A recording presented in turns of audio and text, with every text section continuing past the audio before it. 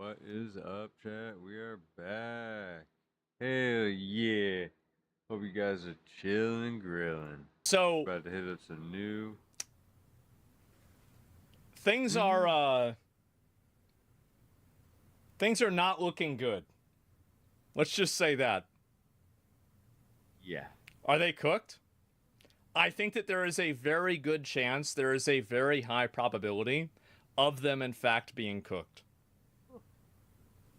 I don't know yet, but we'll find out. And what is this, Marathon? Well, keep this in mind. So Marathon hasn't released or posted any sort of update at all about the game on their Twitter. Take a look at this. So almost every day they were posting updates about Marathon. On a regular basis, updates about Marathon, updates about Marathon, updates about Marathon. And they've gone radio silent ever since the announcement of this live stream. Holy shit. Every day. So they're cooked. Uh-oh. The game got aborted? I don't think that they can abort the game. That's the thing. It's already done. I think that they're locked in and they have to release it, but it's probably not going to go very well. That's kind of what I'm assuming. Let me go back. I'm trying to find a video. It's one of these here. Where the fuck did it go? There we go. All right, let's take a look at it. They took a vacation for Labor Day? Surely that's what it was.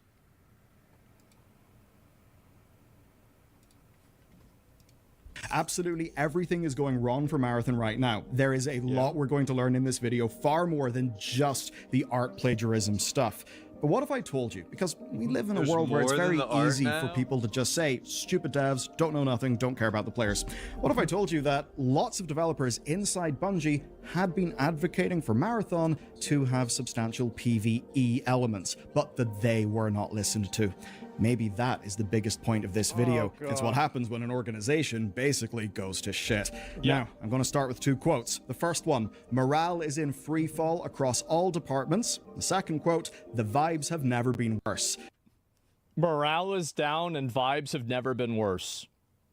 Why is it that I immediately believe that? The husk of a husk of a husk? Yes, exactly, right? There you go. Bought by Sony, it's over? I guess so. Those are what sources telling Paul Tassi say the plagiarism at Bungie has basically left in the vibes of the studio. People are not happy. Now, this reporting follows, of course, in the wake of the truly uncomfortable stream that saw leadership in the game, well, pilloried by the internet as they tried to defend their response. Do I still have the photo?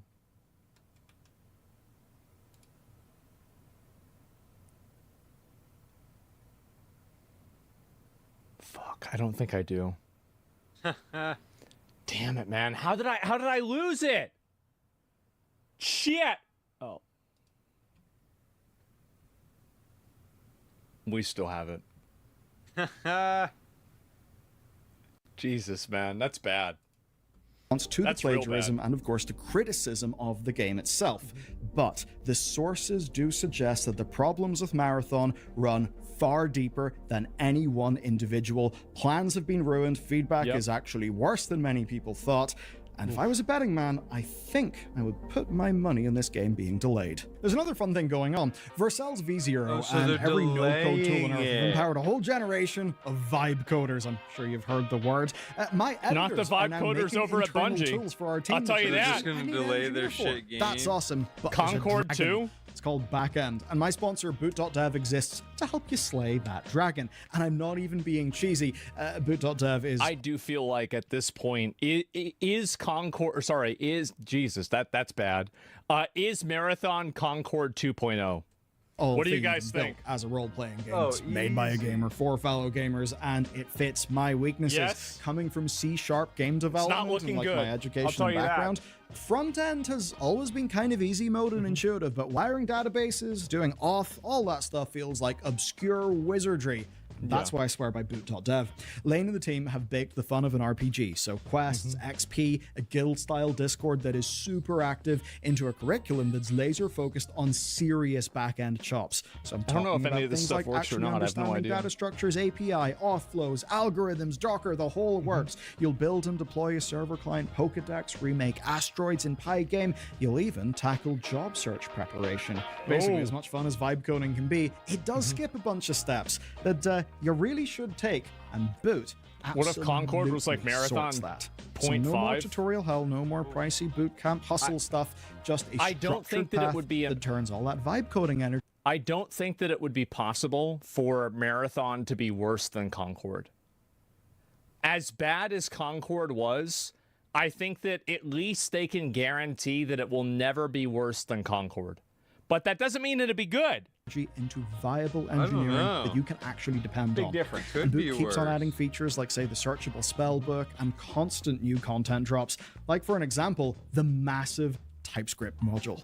Pretty huge, and there's a hack to save even more money. If you go to boot.dev/bellularnews, code BellularNews gets you 25% off your first purchase. So buy the yearly plan for the largest saving, and if you don't sell with it, don't worry, because there's a no-risk 30-day money-back guarantee. Bungie was supposed to run a stream on May 9th with Marathon game director Joe Ziegler discussing the reaction to the closed alpha. It was then delayed until May 16th. And that delay, well, it really did cue things up in terms of the news cycle. It was very costly. You see, the plagiarism allegations and confirmations happened before that stream. And that meant it was an open question as to whether the stream would... These were not allegations. It was proven, and they admitted it. Even happen. But no, it did happen, and it probably shouldn't have. The stream opened with Ziegler and art director Joseph Cross explaining that they had intended to show a lot more new stuff about Marathon. It seems that they had plans to highlight changes based on alpha feedback, but they, of course, in this stream, showed absolutely no gameplay for the full hour. They couldn't until the plagiarized assets had been reviewed and stripped out of the game. And of course, the big worry is the more that's one of the reasons why I think they might have to delay it, is to go through every single asset and triple check that all of them are legitimate so they can avoid a lawsuit. And I think that they might have to do that. They show, which is going to be crazy. Scrutinize. Cross opened by reading from a statement, and this is what it basically said. This was plagiarism by one artist who worked on pre-production in 2020. It was then placed on a decal sheet. That's how Anti-Real's art got there, according to the company statement and what Joe said. Now, that decal sheet was then used in production. Like, how do you have the same thing happen 4 times, though? Like, there's a lot of companies that use external artists, but it seems like it's only Bungie that gets accused regularly of art theft. So, I mean, very clearly, at least you could say that the process that you have for getting independent artists is not very good. I would say it's not that great. According to them, it was not caught, but now the review process is being updated across Bungie to stop the problem from happening again. As for fixing the problem, steps in the last 24 hours, as of the stream, included reaching... Bro. I swear to God. I just saw this. I looked over at Twitter for a second. Marathon delay likely, as Sony has reportedly canceled all paid marketing plans for the game. Yo! Oh my God. Sony canceled it! Now they have to delay it till it's good. Wow. Bungie's Marathon is likely to be delayed as a news report claims Sony has now canceled all paid marketing plans. Oh, wow. Literally 15 minutes ago. Out to Anti-Real, auditing all of the unnamed artists' previous work, basically meaning that no new footage can be shown until that is done, then removing anything that is questionably sourced from any asset. He then went on to describe the hundreds of internal and external artists who have worked in this game over the last 5 years. He emphasized that external partners were not involved in this one, likely because of some early connections being drawn by the public. Cross offered a personal public apology to Anti-Real to make this right. After all of that, then, the stream moved on to dealing with the response to the alpha, and I'll get to that shortly, especially actually the stuff that is being said by Paul Tassi's sources, because they are quite worrying. But overall, well, that's the other thing, is that the art problem and the art theft problem would not even matter if the game was really good. People would just chalk it up and they'd say, mistakes happen, right? It was some random asshole. Okay, who cares? But the problem is that the game is bad, and that's why everything else is a lot worse. That's why it essentially really matters. Reflects the same position that Bungie took with their first statement, right?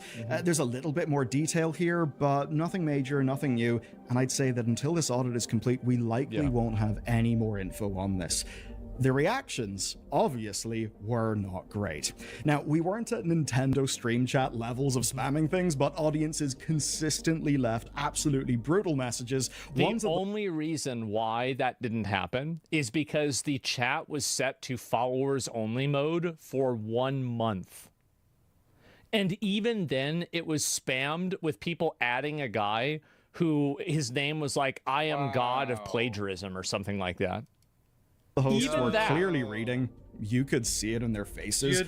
Messages, of course, demanding the game is cancelled. And, of course, the mimetic plagiarism will make God riffings cross, especially just, well, facing calls of, being fired. Lots of people saying Art Raiders, which is, of course, a little bit of a play on one of their major points of competition. It sure a game is. called Arc Raiders that, funnily enough, even though it also moved from being PvE to PvP, actually has had very positive buzz recently. Anyway, all of this might have been made worse by the format of the stream itself. You see, Bungie had previously... Just so we can get to the format of the stream, just keep in mind I have the list. No Norse Gate, random audio going up and down, the off-screen guy's mic isn't even on, ASMR breathing, double audio, more double audio, triple audio. There's no indication of who's talking. There's an echo. Each volume for a different host as well. There's audio popping, more double audio, audio volume changing randomly. They were in a Discord call and they can't manage to get one of the guys inside of the Discord call. They're getting notifications during Discord during the whole. It was the. I swear to God, a middle school could have done a better job. And so, and there was one part of it where the two guys were there, and because one guy couldn't figure out how to get into Discord call, they had to ask the question to one guy, and then the other guy had to baby bird the same question to the second guy, so, he actually understands what's being discussed. It was so bad. Jeez. Gotten a lot of fan sympathy out of just how low-tech their streams were, that it was just people talking to the camera. As the late Susan of YouTube would say, it was less polish, more texture. That's generally what people want. It's just that here it absolutely did hit different. It still is a very humanizing way of doing a presentation like this, but in this case, well, they had a far wider audience than they normally would. The situation is altogether... It had nothing to do with it being humanizing. It was just badly done. The video for it was bad, the audio was bad, everything about it was bad. It was just a badly produced event. It being humanized is good, but you can have a humanized event that doesn't have bad audio. You don't need bad audio to make something humanizing. Much more serious. Expectations were higher. This was all made worse by tech issues. Audio desyncing was a real problem. Discord questions from the public were only fed towards Ziegler, who was clearly the only one who was planned to be there originally. This then left Joe Cross basically on camera being relayed questions like why Anti-Real isn't being hired just to make use of the assets, and comments doing things like asking why they stole Anti-Real style. So all of this is rough. It added to a deeply miserable environment, one where the most senior leadership in this game couldn't even show the game off. They couldn't really do anything in the way of show, don't tell, because it was just so lo-fi. And that's just the leadership. Because where things really get interesting is when we go and see what's happening in the rank and file. Paul Tassi's sources have been quick to describe how things are going inside the studio, and man, it is not a pretty picture. They suggest the internal explanation for the plagiarism is exactly the same as the public one, so no new real information on that, but more important... Yeah, no, I fully believe their explanation. I think they're retarded. I don't. I think that's the problem. I think they're retarded, and this is what happens when you're retarded. These are the issues. These are the problems that you run into. Way too easy. They know what both Sony and Bungie Legal are now investigating the whole situation. I don't even think that it's like malicious. Staff are deeply worried here, and that's because plagiarism is only one part of the conversation. I think what's potentially more dangerous for them is all of this buzz about the plagiarism means that every little detail is going to be picked up on, more sources will talk, and that's why we now have to talk about Marathon as a video game. I'm going to quote from Paul's reporting. Everyone has the same concerns about what happens to Bungie as a studio if Marathon bombs. What could that possibly be? They I don't know, guys. What could happen to a studio if they invest 5 years or 10 years into a video game and it concords? Yeah. What happened to Concord? I'm going to show you guys what happens. They got closed. Fucking shut down. They get jobs at McDonald's. Can't make this shit up. That's what happens. That's what happens, dude. And everybody knows it. Yep. Welcome home. And the fact is that I feel bad because I bet a lot of the people that are working as developers for the game and coders are probably good at their job. It's just sad that they're being managed by a bunch of morons. Which is something they absolutely cannot afford. Sticking with the report, TASS's sources say that they're not aware of any plans to delay Marathon past its September release date. That seems kind of insane if you ask me, and it's perhaps because changes were already in place before the plagiarism controversy began. So, as the month of May started, Bungie had, quote, pulled the plug on their planned marketing in order to counter the narrative that had came up in response. Basically, the plagiarism controversy has just simply increased the need to delay things, and they've already delayed and canned some of their marketing. As such, a single public beta in August could now become a, quote, roadmap of public tests, which would likely open up the game long-term to global audiences rather than just the people in the US who have gotten to play it so far. Now, if we're to assume that May is being written off to rebuild their marketing plan, that means that Bungie and Sony have about 3 months to audit and replace any offending art assets. Meanwhile, of course, there's no way that you can go in 3 months and not only finish the game, because keep in mind, like, the art problem is just simply a bonus problem. You still have the issue of, I don't know, the game. And sucks. So, like, if the game isn't ready and the game isn't started and it's not finished, and then you have to do the art problem on top of that, there's no way they're going to finish it in time. It's impossible. Any reasonable person would know that. Also have to relaunch the game's reputation and get it in front of audiences, because the initial reveal that happened this year did not go well. That means this is all shaping up to be quite disastrous, and they're doing all of this ahead of a September release date that is across all major platforms. Doing all of this stuff simultaneously, if you ask me, seems completely unfeasible. I mean, even if Marathon was universally hyped, that would still be an ambitious goal. Like, with your team locked in and motivated. But for Marathon right now, that feels honestly impossible to reach. The most revealing information from TASS's sources might actually be about the creation of Marathon, not the release of Marathon. And it might even explain why the gameplay critiques from the alpha aren't actually dealing with the most major complaints, which are things like proximity chat, PvE, solo modes, and loads of other. If the game releases without proximity chat, you can assume that the game is going to be garbage.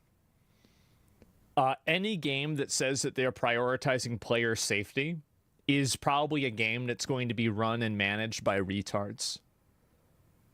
And you just can't, like, you can't have a game that's managed by retards and have it do well.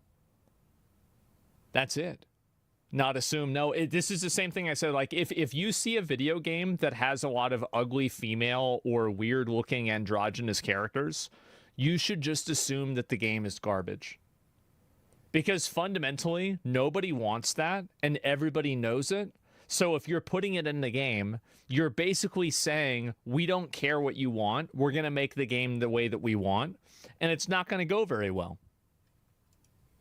things. That's it. Essentially, there's a very clear vision for this game, and it was set in stone a long time ago. Yep. Marathon was originally pitched by the good old boy higher-ups of Bungie leadership, and as far back as 5 years ago, devs were telling them that it would and wouldn't work, and often were ignored. Many have said previously that it needed to have some sort of PvE component. And I think that last line will really ring true for a lot of you watching this video. It's pretty much and that's the way I feel about it too, is like, I don't want to play PvP in a game and have to do PvP all the time, because it's just really hard. And I think also every really popular game, I like to chill, like there are PvE and bullshit modes in those games. Like even Fortnite, for example, has like a PvE type mode in it. And so, like, if you want to make a big game for a mass audience, you have to add in some form of PvE or something that players can do besides that. I'll be right back. Give me a second. Sorry about that. Let's continue. Yes, the game needed a PvE mode. Of course it needs a PvE mode. Every one of these games needs some version of that if you want to hit a large mainstream audience. It's common sense. Thing people have been saying. It's nice to know that, at least internally in the studio, a lot of people seem to have agreed. Now, overall, this is a story we have heard many times before at many different studios. Sometimes a singular vision is about delivering you a Kojima-style experience. Sometimes it's not, and in this story, we know that Marathon's former game director, Christopher Barrett, left Bungie in the middle of 2023 after more than 20 years at the company. Now, this came after a HR investigation that accused him of inappropriate behavior. He does maintain his innocence, and he sued Bungie for the payout that he was owed for his stocks, but there are certainly some things that he said that do, let's just say, not really look like professional speech. Now, his tenure alone likely would have placed him in that good old boy group that is being talked about by I'm gonna say that's really bad. Like, if you have to replace the main guy that's in charge of the game for 4 years, like 2 years before the game comes out, that's awful. Like, that kind of is what happened with BFA, and I think with Shadowlands with WoW. Like, think about how many things were fucked up with those expansions because of the whole sexual assault scandal. I think this is exactly what happened. And I suppose the sources within the company that he's been able to reach. And it would go a long way to explaining the game framework and direction that the team have been left to work on in these past 2 years, which of course is well beyond the game's initially planned launch. Marathon is really late. Remember, this game was greenlit under very, very different financial circumstances. There's a popular belief, right, that Marathon is part of PlayStation's live service push. But the thing is, Bungie was acquired in 2022. Marathon. That must suck if you're PlayStation. You just keep releasing flops over and over, and they just can't get it right. And they had it right for Helldivers, and then they made it wrong. Everything was great with Helldivers, and then they decided, no, we're going to make you use a PSN account, and then they killed their reputation again. Was started in 2019, that it even and 2019 is also when Bungie broke off their publishing arrangement with Activision for Destiny, and they were finally way more independent. Now, we know from Activision leadership that Bungie was consistently having to lean on Activision support studios, High Moon and Vicarious Visions, to deliver expansions and content. Basically, it didn't make Activision enough money. Bungie's stuff was eating into their resources. What a surprise. With Bungie out on their own, they presumably decided to invest in another revenue stream while they could afford it, and that of course would be Marathon. Now, this was before Destiny 2's commercial high point with the Witch Queen expansion. When Barrett's departure was reported, IGN also claimed that staff expected, quote, senior company leadership to leave in droves when the 2026 stock vestments clear from the PlayStation acquisition. And that's based. Man. Somebody at Sony's having a really bad time. They were already planning this. I mean, yeah. Like, can you imagine being the guys at Sony that have made these calls? Basically the thing. A lot of them, it seems, are just playing for time until they can escape with a shitload of money. And that's the same leadership who dismissed executive pay cuts by saying that Bungie weren't, to quote them, that type of company. Because, you know, fuck solidarity with your workers. You don't. So wait a minute. I never even knew this, but employees in one department recalled a post-layoffs Q&A session where a department head was asked if leadership taking salary cuts to prevent layoffs had been considered, only to respond that Bungie was not that type of company.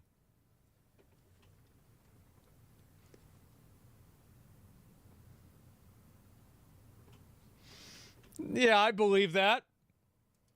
Need morale to make a game, I guess. Ugh. Bungie and Sony then put aside $1.3 billion for staff retention back in 2022, with 2/3 of that expected to be paid out within the first 2 years. They also said layoffs were a lever they'd never use again. Surely they'll never lay people off again, guys. Surely that would never happen. That still, of course, does leave hundreds of millions of dollars to vest for an ever-dwindling number of staff. Now, we know that the rank and file of Bungie care about this game, and it seems reasonable to extend that grace to people like Ziegler and Cross as well, right? As the public faces of it. But I think the real question... I'm sure that they care about the game. I'm sure that the people that made Concord cared about Concord. No. Just because you care about something doesn't make it good. It doesn't mean that everything that you do in service of that thing is a good idea. The question is, do leadership, you know, the highest tier of leadership at Bungie care about Marathon? Do they even care about the continued existence of Bungie outside of having to only meet their obligations towards... I'm going to be real. If you know that you have a golden parachute that's set to go in 2026... True. I bet a lot of them are counting down the days. Yeah. And they don't really give a fuck. It's not that big of a deal anymore. This is like, you remember back in high school? It's like your last day of 3 weeks of senior year. Yeah, dude. You're like, you're calling the teachers by their first names. You're wearing your hat in school. You show up 10 minutes late. You're like, what's up?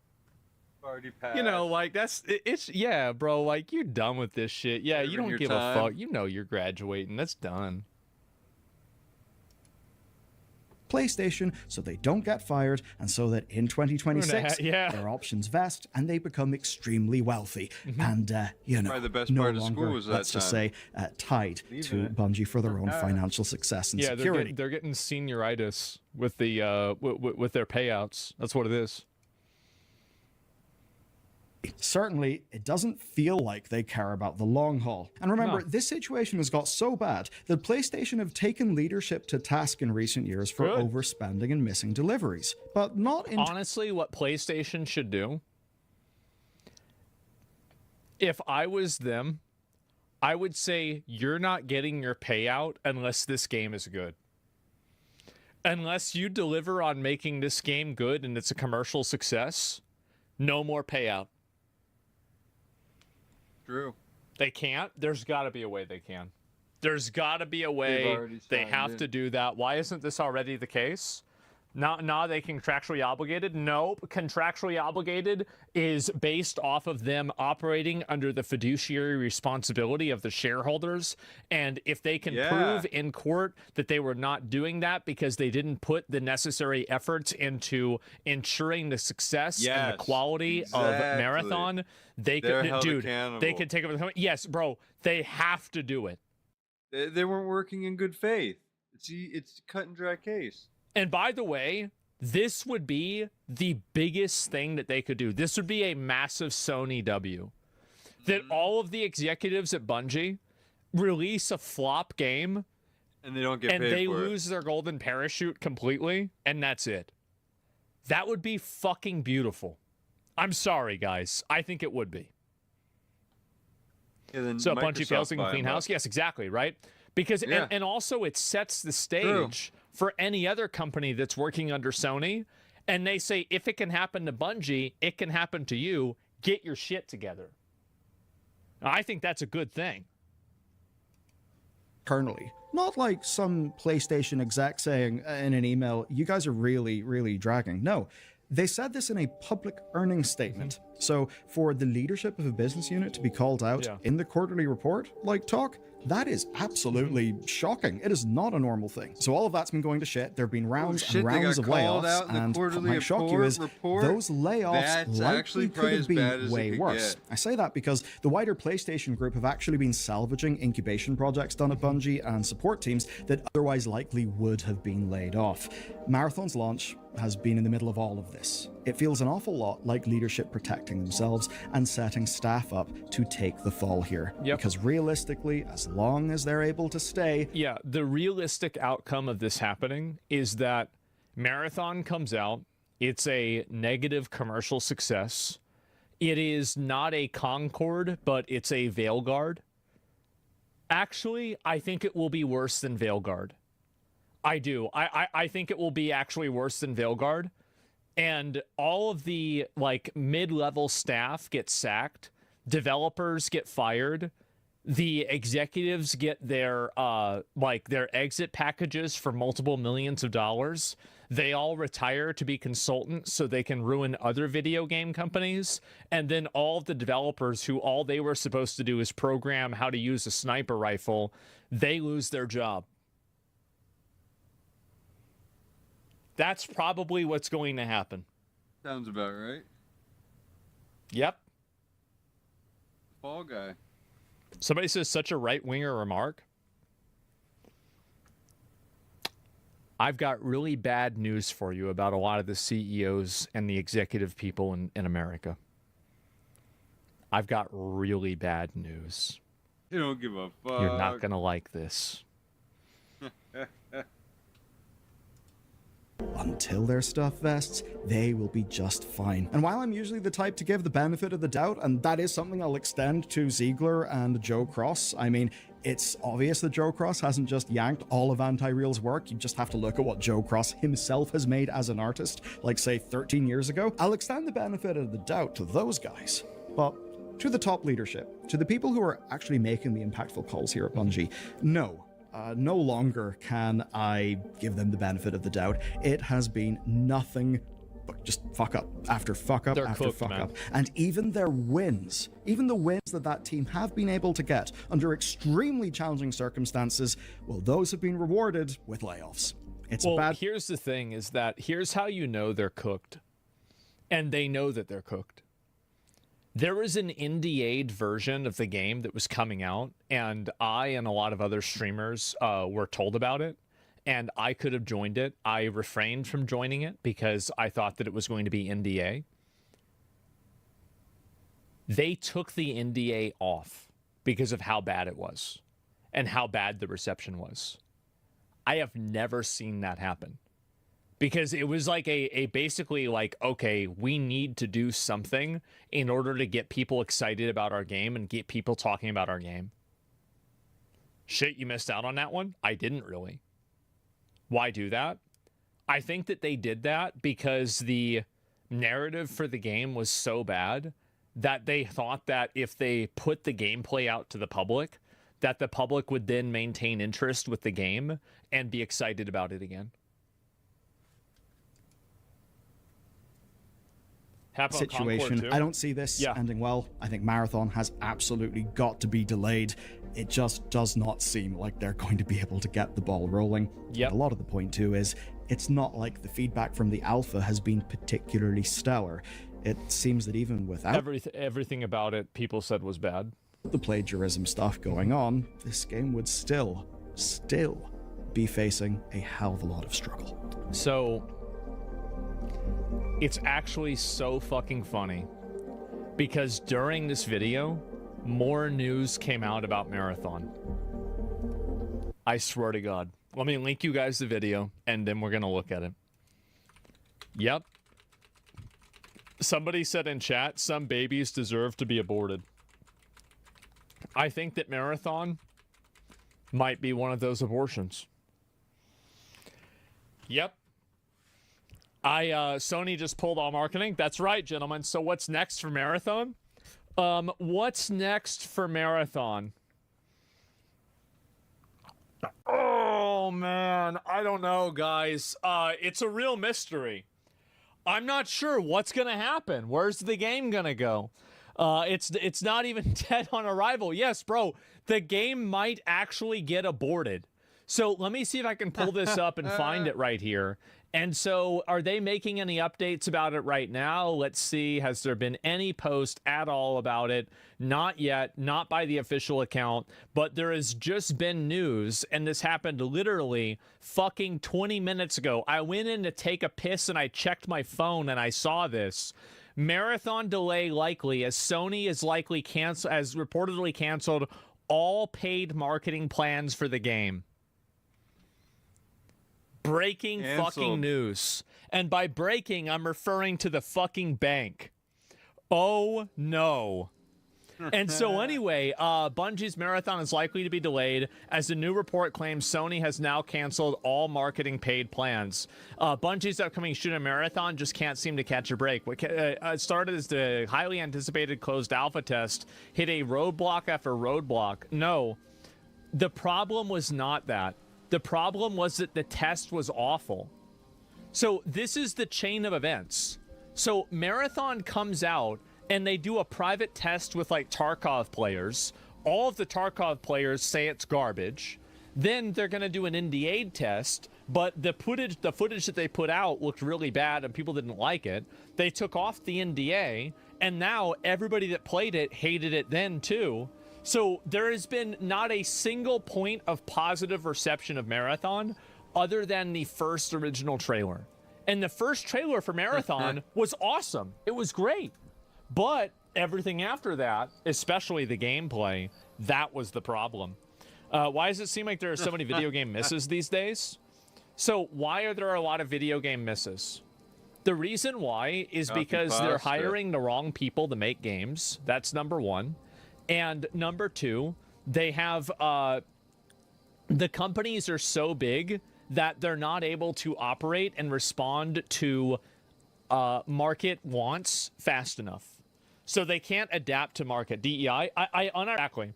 And so anyway, Bungie's Marathon needs to break in the top 5 NPD sales to be considered a success, it's claimed.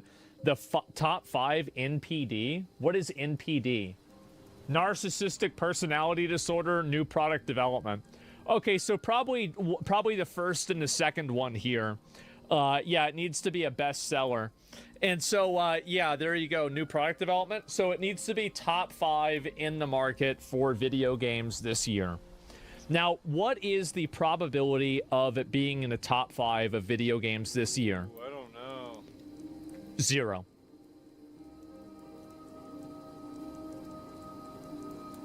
Zero. That's it. That's the number, 0. We all know this. I don't think it's only going to. I don't even think it's going to break the top 10.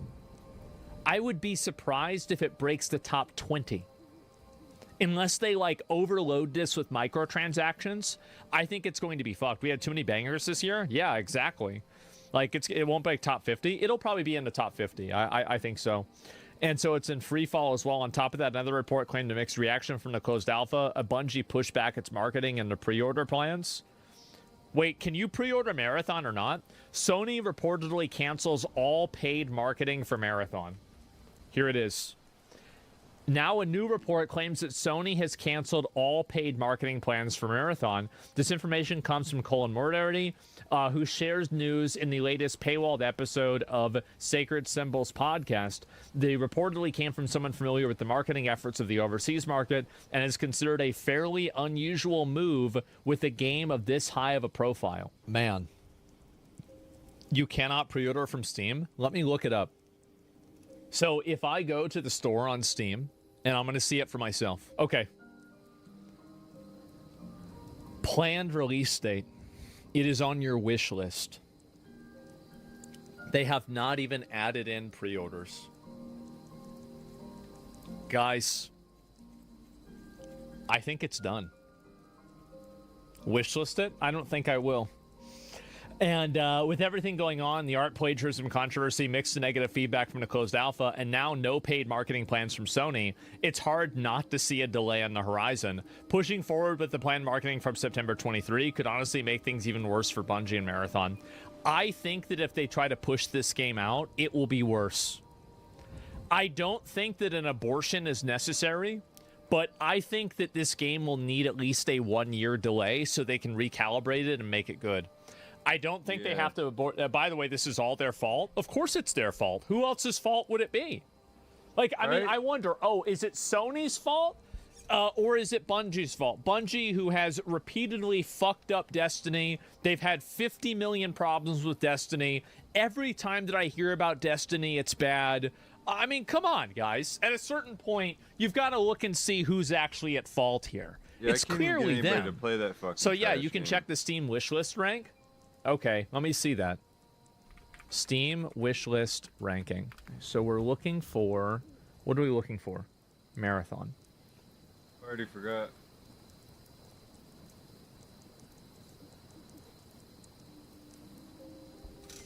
Holy shit. 58? Y'all were right. Dude, it's and below. I said it would be in the top 50. State of Decay 3. It's actually not even in the top 50. So let's see the games that it's losing to, okay? Yeah, literally. It's losing to a game called Sand.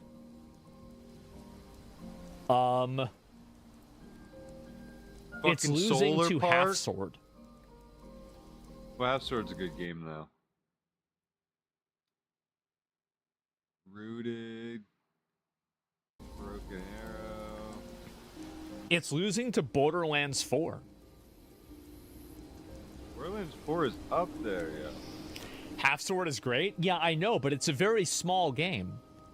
That's the point, right? Is it's a tiny game, and it's beating Marathon, a multi-billion-dollar company game. That is insane. Let me see if there's any data about this at all. So it's actually totally flatlined. The amount of interest that people have had for the game has totally gone down. Oh my god. Euro Truck Enjoyers. Yeah, I know. It even went up. Well, no, this is when the game... This is probably when all the marketing and everything for it happened. And so, when did the demo come out? So it's basically all of the pre-orders and all of the wish listing. It has 4 viewers right now. And, wow, that's amazing. That's impressive. Never seen a flatline for an upcoming game on Steam. Let me see.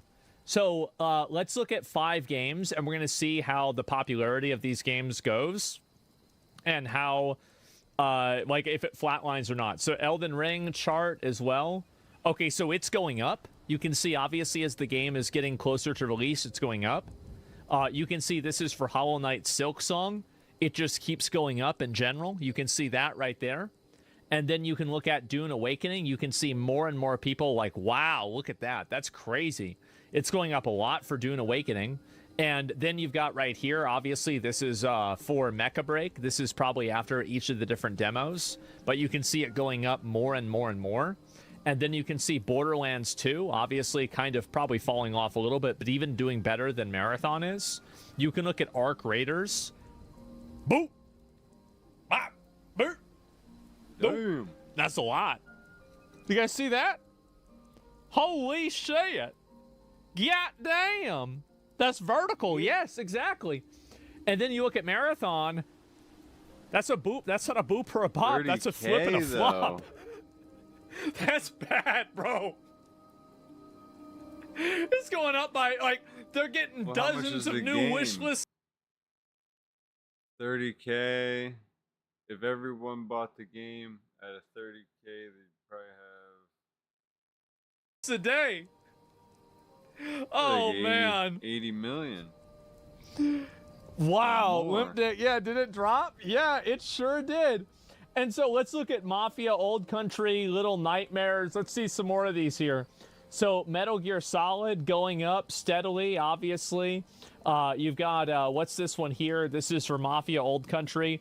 Going up really fast, especially probably after they announced that $50 price tag, right? And then you've got over here, Little Nightmares going up, doing great. Oh my god. This is actually sad. Let's look at Tides of Annihilation. You guys remember this game, right? This is the, if you can believe it, it's another Chinese game with a hot female protagonist that looks basically like another copy of Elden Ring and a mixture between Elden Ring and Final Fantasy 16. I'm going to play the fuck out of this. Also, kind of flatlining, but they haven't brought out any new announcements, so it kind of makes sense. So, Elden Waifu, yes, also not a great one, to be fair, not great. Let's look at Chrono Odyssey.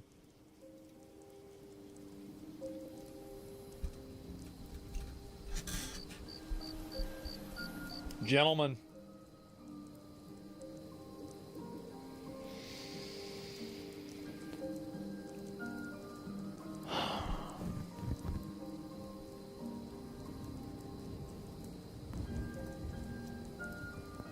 That's it.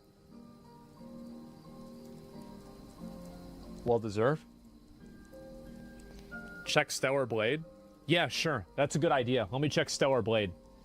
Where's Stellar Blade? There it is. Wow. Wow. What a surprise. Well, there you go, guys. And yeah, if you look at Google search, it might show you the same picture. Yeah, I think so. Complete Gooner victory. And yeah, will Trump make games great again? I don't think so, guys. We are now able to cancel games for other reasons than DEI. Well, I think that this game, by the way, I do think that Marathon is a victim of DEI design. I do. And I'm going to say it, and I might sound like a conspiracy theorist, but I'm going to say it. The reason why I think Marathon is a victim of DEI design, there's two separate reasons why. The first reason why I think it's a victim of it is because of the fact they don't have proximity voice chat. That's number one. That's probably the biggest indicator. Every other game has proximity voice chat. If you don't have that, it's because you're afraid of people saying mean words, which means that you have people that are designing the game that are pussies. That's number one. Number two, the characters are not attractive and they look androgynous and weird. They look like a scuffed version of Marilyn Manson or like the girl from Die Antwoord, right? Like, that's it. That's basically the two main characters that they have for the story. That doesn't work, okay? If you can't immediately fucking tell what the gender of the character is, garbage. Yolanda is hot, chill. Yeah, I didn't say she wasn't. All I'm saying is that that's the type of design that they're going for, right? Yeah, I didn't say that. Of course not. You couldn't immediately tell in metaphor? Okay. Okay, you need to understand something, all right? This is a big problem. Femboys are okay. Everybody is fine with femboys. Dion from Final Fantasy 16, probably half of the characters from Final Fantasy, to be fair. Femboys are basically okay. Because it's basically guys that generally are a lot younger. They're like maybe like late teens, early 20s, and, you know, something like that, right? Femboys are not a big deal. But the difference between that is that a lot of people perceive, and God, I'm trying to figure out how to make this. Okay, how can I make this not sound gay? Give me a minute. This is going to be hard. A lot of people like femboys, okay? There are way more people that like femboys than people that like a out-of-shape, androgynous, scuffed Marilyn Manson. True. Okay? True. I'm just being honest. Unironically true. That's right. And the reason why is that, again, this is going to sound gay, but we're just going to say it.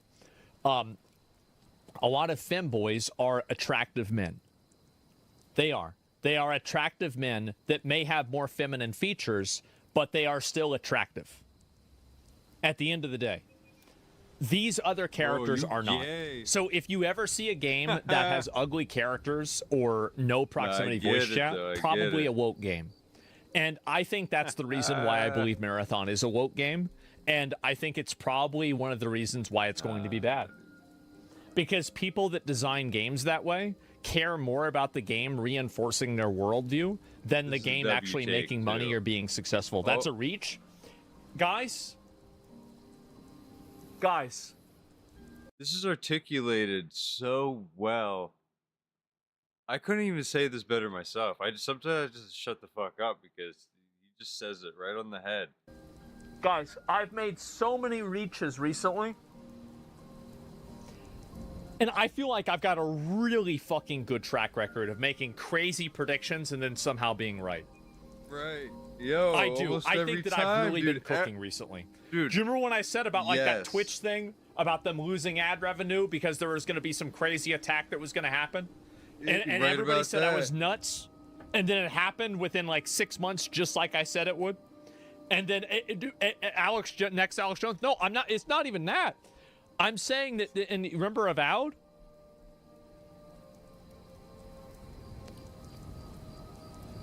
We can't win them all. All right? You can't win them all. But we try to win at least most of them, right? Damn.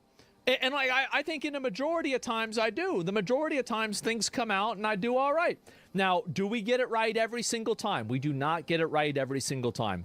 But we get it right, I think, most of the time. And I feel Roach Dadamas, shut the fuck up. But anyway, you can see these games and these things popping off. And Marathon isn't even on the releases, or it's not even on trending. People aren't even excited for it. It's not even in the top 50 wishlisted games. The entire popularity for it has totally trailed off. And yeah, I guess Marathon's basically fucking dead. You didn't predict 2024 Game of the Year? Yeah, I did. It's just that the Game Awards was wrong. They just made the wrong decision. I was right. Everybody else was wrong. I think we were trying to say is the characters need to be relatable in some form, and Marathon characters fail in that aspect. No, I'm not saying that. I'm saying that if you add a female character into the game, if the character isn't fuckable, you're putting yourself at a disadvantage. Let me just say that flat out, plain English, straight up, very directly. Video games, especially shooter games, are made for men. Men are interested in women for one thing, especially young guys. They want to be able to fuck the characters. And so that's why every gacha game, how many gacha games release ugly female characters? 0. How many of the very popular cosplay characters that women cosplay are ugly? 0. Every single example of this that I can make proves the exact same point. Look at Marvel Rivals. Nobody wants to look at an ugly bitch. And so if you make a character and that character is not attractive, there is no reason for people to want to be that character. And if you're playing that role, why would somebody want to play an ugly character in game if in a lot of cases they end up playing that in real life? That's the reason why. How does your point compare to femboys? Are you saying that men want to fuck femboys? I think that a lot of men want to be seen as attractive towards women. So they're okay playing as a femboy because they know that women like guys that look that way. Bro, what? Guys, here's the problem that a lot of people have. Is that everybody else is living in a fantasy world and I'm the only person that lives in reality. It's true. Yeah, no, why it is everybody and the reason like why it's not everybody's real? getting shocked. Oh my God, how are you saying this? What's he saying? I'm saying this because nobody else will. Nobody else says this shit because they're afraid to. They're like, oh, it might sound gay or weird. Everybody knows that, that I'm weird. Everybody doesn't know that I'm gay. But so that's the difference. But my point is that no one said you're wrong. Yeah, everybody says I'm weird or whatever. But like, that's it. They don't know that. Are you a femboy? No, I'm not a femboy. I mean, maybe I could have been a femboy. I was like, I don't know, like 19 or something. Sure, I had long hair and I was a skinny guy. Definitely could have been a femboy. But that was a long time ago. I was 19 3,000 years ago. Yeah, okay, guys, that was a long, long time ago. And so Sketch 2.0? No, the thing is that if I was gay or I was bisexual, I would just say it. You would know it. You would know. I would just say, I don't give a fuck. I don't think it's a bad thing at all. Yeah, you did. No, I would. Like, I would just say it. I like, because to me, like, I'm so confident in my sexuality, a guy can touch my dick and it doesn't even bother me. That's how confident that I am in my sexuality. I could suck a dick, it wouldn't be gay. That's how not gay I am. You take your garbage out, does that make you a garbage man? You cook food, does that make you a chef? You drive your friend around, are you an Uber driver? It doesn't mean you have to suck a dick, you don't have to be gay. That's it. And so anyway, let me go back to my main point. My main point is that you have to play and have characters that are visually appealing and attractive. And modern American Western video game design philosophy is to make characters look realistic. Now, everybody knows that attractive women don't exist, and because of that, all of them have to be fat and ugly. And also the men have to look weird. They don't necessarily look like women, but they don't necessarily look like men either. That's a pretty big indicator. What is this? What's this image? Guys, this is... Bro, who did this? Stop. I gotta see, come on. Come on, show it.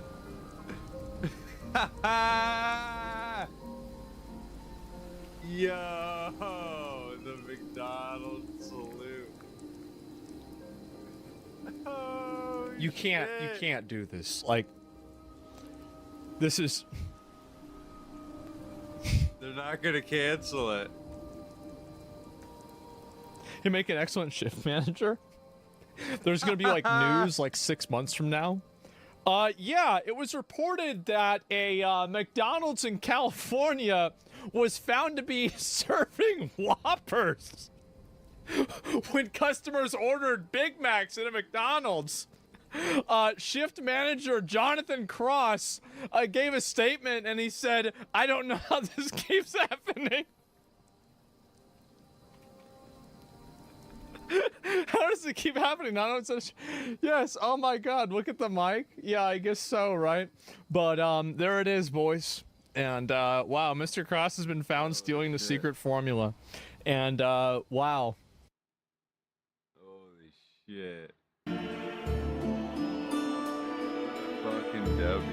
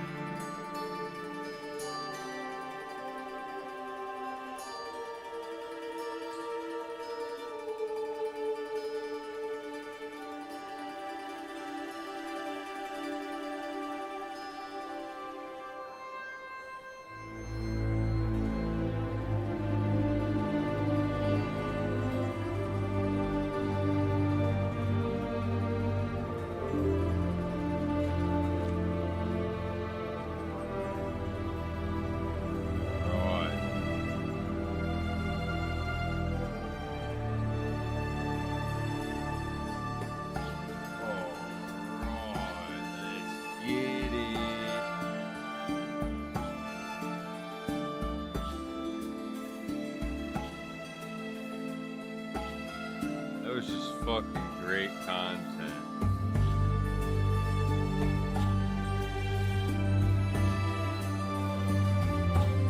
Thoroughly enjoyable.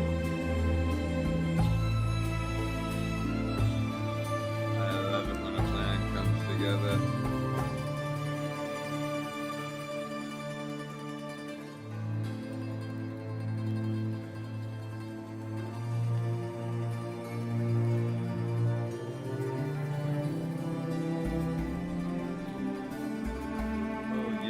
Let's look up some more videos.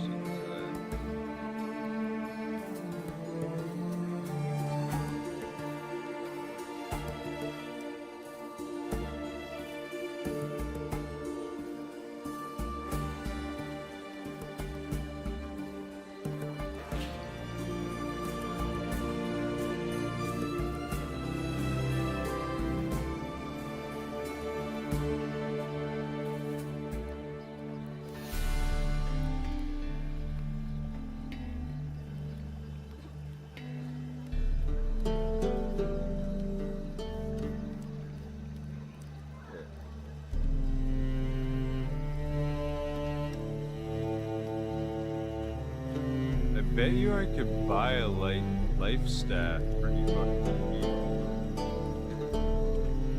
In this New World Aeternum Life Staff build guide, we'll be covering the Life Staff. It's a ranged weapon mainly used in both PvE and PvP for healing, including self-healing, and it scales with the focus stat. What makes it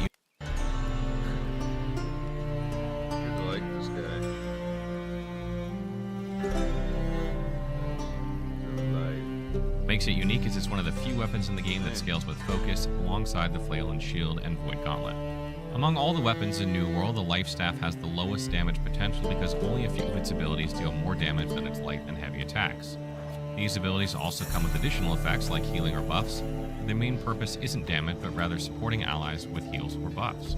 This makes leveling the Life Staff slower if you're playing solo or outside of PvP, as it takes longer to kill enemies. However, you're incredibly hard to kill with the Life Staff due to the constant healing, so while leveling might not be difficult, it can be more time consuming. One thing to keep in mind when leveling this weapon is that you gain experience while grouped with others if they get kills, so if you're farming elite monsters with a group, you'll still earn some experience. Also, if you use a ranged Life Staff attack to open a fight, and then switch to another weapon like the Great Axe or Spear, the experience will be split between the two weapons. A good strategy is to pull multiple enemies with a Life Staff, swap to an AoE weapon like the Great Axe, take them down, and heal yourself afterward. Just make sure the second weapon isn't already maxed on XP, or you'll miss out on gaining experience. The Life Staff also deals nature damage, which is effective early on. Enemies like undead are weak to nature damage, while animals take neutral damage, meaning you deal full damage to them and extra damage to undead. This makes the Life Staff great for dealing with undead enemies early on in the game. Another benefit of using the Life Staff while questing is that you can heal between fights. Over time, you'll take hits from enemies and your health might not recover quickly enough with food or potions. Having the Life Staff on your secondary bar allows you to heal yourself, top off your health, and jump right back into combat with your main weapon. Even if you're not maining the Life Staff, it's a handy tool to keep around. The pros of this weapon are that it has strong healing abilities, strong buffing abilities, it's fantastic at supporting, and it can attack enemies at range. The negatives are that it doesn't deal that much damage, it's vulnerable to interruptions, and not too many weapons are focus-based, giving you limited options if you want ideal synergies. Looking at the skill trees, the first one is healing. The first ability in this tree is Divine Embrace, which provides a flat heal based on your weapon damage to an area of 0.5 meters. This ability is excellent for topping off your health between battles, whether you're questing or in PvP. However, in PvP, it might not be the most effective choice, at least until you've fully upgraded it, since there are other options that heal multiple players at once, especially in larger PvP engagements where AoE heals are more beneficial. Progressing this skill reduces its mana cost and allows it to heal multiple targets, which then makes it a better choice for PvP. The next ability is Sacred Ground, which creates a 3-meter heal over time area on the ground that heals anyone standing in it over time. This ability is fantastic for early game content and dungeons. During a dungeon encounter, if players are stacked around a boss, placing Sacred Ground underneath them can provide substantial healing. You can also throw it below yourself when fighting enemies to absorb damage without needing to move out of the healing area. Progressing this skill line lets you regenerate mana and stamina faster while in Sacred Ground area. Splash of Light is the final ability in this tree, healing anyone within 25 meters for 80% of your weapon damage. While it's not a massive heal, its long range allows you to heal multiple players simultaneously. It also triggers a blast around your group members, which pushes back enemies. If you're in PvP and have several healers with this ability, you can quickly distribute healing across your team. It's also a good way to help your allies out if they're cornered by enemies. Progressing this skill allows you to recover mana when healing allies, as well as removing one debuff they are inflicted with. The capstone of this line, Divine Blessing, increases the healing for low health targets, which is always beneficial since those are the players who need it most. This makes it effective for dungeons, PvE, and PvP situations, and it's an overall solid capstone. I also want to highlight the Absolved passive in this skill tree. You should aim to get this early on if you're healing in dungeons, ideally around levels 2 or 3 of your Life Staff, as it lets you restore 5% of your mana when you let your heavy attacks pass through your allies, which is particularly good for dungeons when they tend to be grouped around your tank. Moving on to the Protector skill line, the first ability is Orb of Protection. This skill is fantastic and only gets better with upgrades. It deals more damage than a regular attack, but its real strength lies in providing damage reduction to a nearby player, along with a small amount of healing. Once upgraded, Orb of Protection not only heals and buffs you if it passes through a player, but also affects everyone around the target you hit. This means you can heal and protect your teammates from damage while dealing damage yourself and applying heal over time effects. While it may not be super strong at first glance, it becomes increasingly powerful and is essential for any healer in a group dungeon. Progressing this skill line grants you a Fortify when you heal someone and spreads its effect within 3-meter radius. Light's Embrace functions similarly to Divine Embrace. It's a spot heal that targets a specific player. You can also target yourself, which costs less mana but heals for a smaller amount. However, its healing effectiveness increases based on how many buffs the target has. For example, using Orb of Protection before this ability will enhance its effectiveness. You can also extend the duration of these buffs by using this ability if you have the Capstone. This skill shines in dungeons, especially when healing your tank, as upgrading it allows you to restore stamina, which tanks expend when blocking. It becomes trickier to use in group settings such as PvP, where you need to single out one player amidst many for healing them. The final ability in this line is Beacon. This shoots a projectile that embeds itself in an enemy and applies a heal over time effect around them. It functions similarly to Sacred Ground, but is mobile. You can place it on an enemy, and as long as they stay near you, everyone around them will receive healing. This ability is particularly effective in dungeon settings. Throwing it on a boss or mini-boss and everyone packed around it will benefit from the healing. In PvP, you can launch it into an enemy surrounded by multiple players, ensuring everyone gets healed. It's also useful for soloing, so you can attack with an enemy, throw a beacon onto them, and then tank their hits while receiving healing. Progressing this line increases its radius and duration, as well as buffs allies with 20% haste. The capstone for this skill tree, Magnify, lets you extend an ally's buffs when you heal them with Light's Embrace. Moving along to weapons and armor. When considering what weapons to pair with the Life Staff, it's important to note that only a few other weapons in New World scale with focus, specifically the Flail and Shield and the Void Gauntlet. This makes pairing options more limited. However, many weapons have gem slots, allowing you to insert gems like a nature gem to scale a weapon with focus and deal nature damage. While I can't recall the exact gem that provides this effect, using one can help match your weapon to the Life Staff. Keep in mind that the effectiveness won't be as high as with the weapon that naturally scales with its original stat, but it's still a lot more viable than using a weapon with completely different scaling. You can also apply this to any weapon with a gem slot. For instance, many players enjoy creating a paladin build using a Life Staff and Sword and Shield, adding a nature gem to their sword to scale off focus while healing effectively with the Life Staff. However, since the addition of the Flail and Shield, you might just simply want to use the Flail and Shield now instead. Now let's discuss armor choices. If you're playing as a healer in a dungeon, wearing light armor is optimal for maximizing healing for your teammates, since it will increase your outgoing healing. However, when questing in the open world, there are two schools of thought. On one hand, wearing light armor enhances your healing output and your damage. On the other, if you opt for heavy armor, you can drop AoEs on the ground or on enemies while tanking, and potentially take less damage overall. Although light armor allows you to deal more damage, which can help kill enemies faster, the Life Staff has lower damage output anyway. If you're running solo on the landscape, any type of armor will generally work well. However, if your goal is to eliminate enemies quickly, light armor is the way to go. In PvP, many players successfully use heavy armor with a Life Staff. The extra protection from heavy armor can compensate for lower healing output, allowing you to sustain less damage per hit while engaging multiple opponents. So if you're in PvP and plan to be a frontline player with a Life Staff and Great Axe or Warhammer, consider using heavy armor. Heal yourself with a Life Staff, drop some heal over time effects, and then switch to your Warhammer or whatever weapon to engage aggressively. So that wraps up our Life Staff build guide. I hope you guys found this useful for explaining how to use the Life Staff and when and which skills benefit PvE as well as PvP. Will you be playing the Life Staff at launch? So do I do a straight flop to Life Staff, Void backup?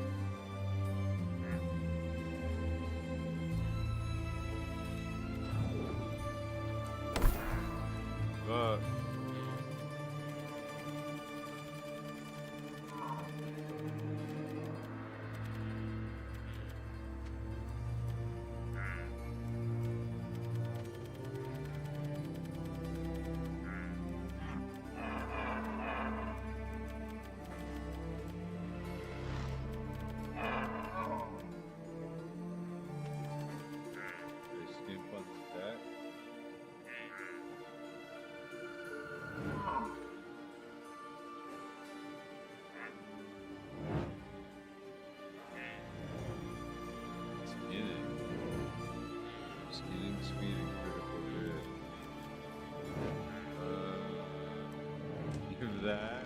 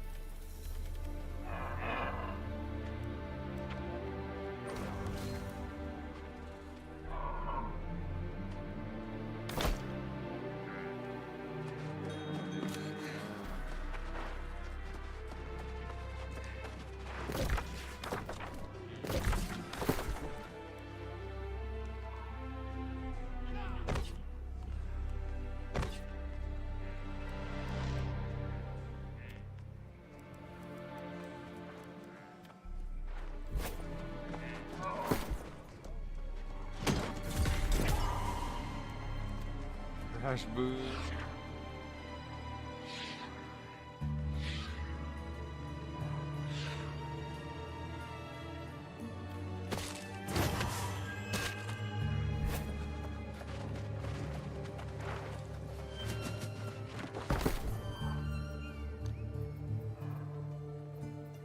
What's my weapon? Flail. $600.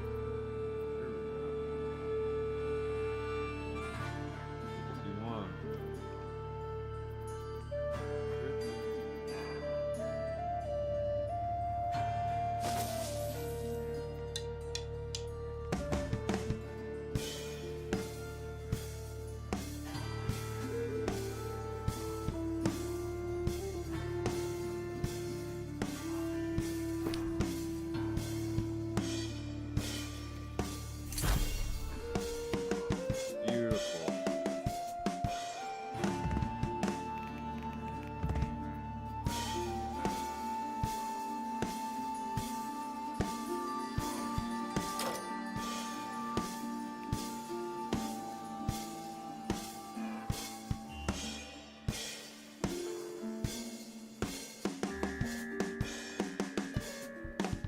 Just tearing it up on the drum.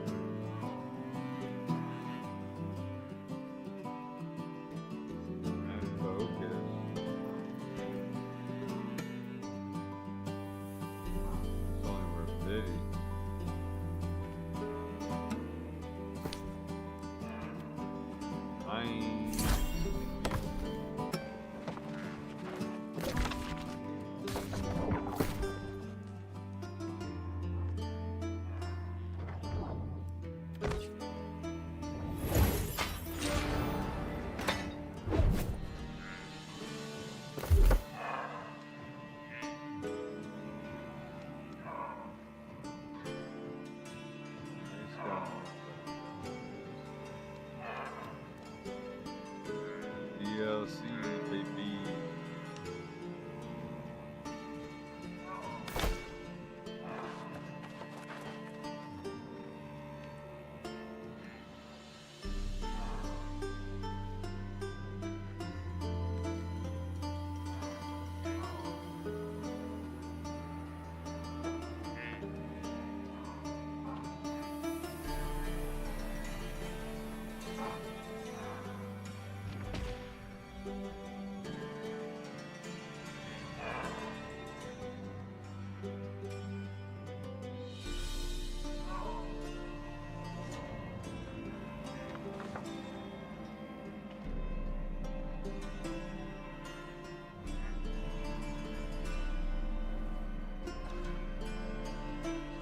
Yeah.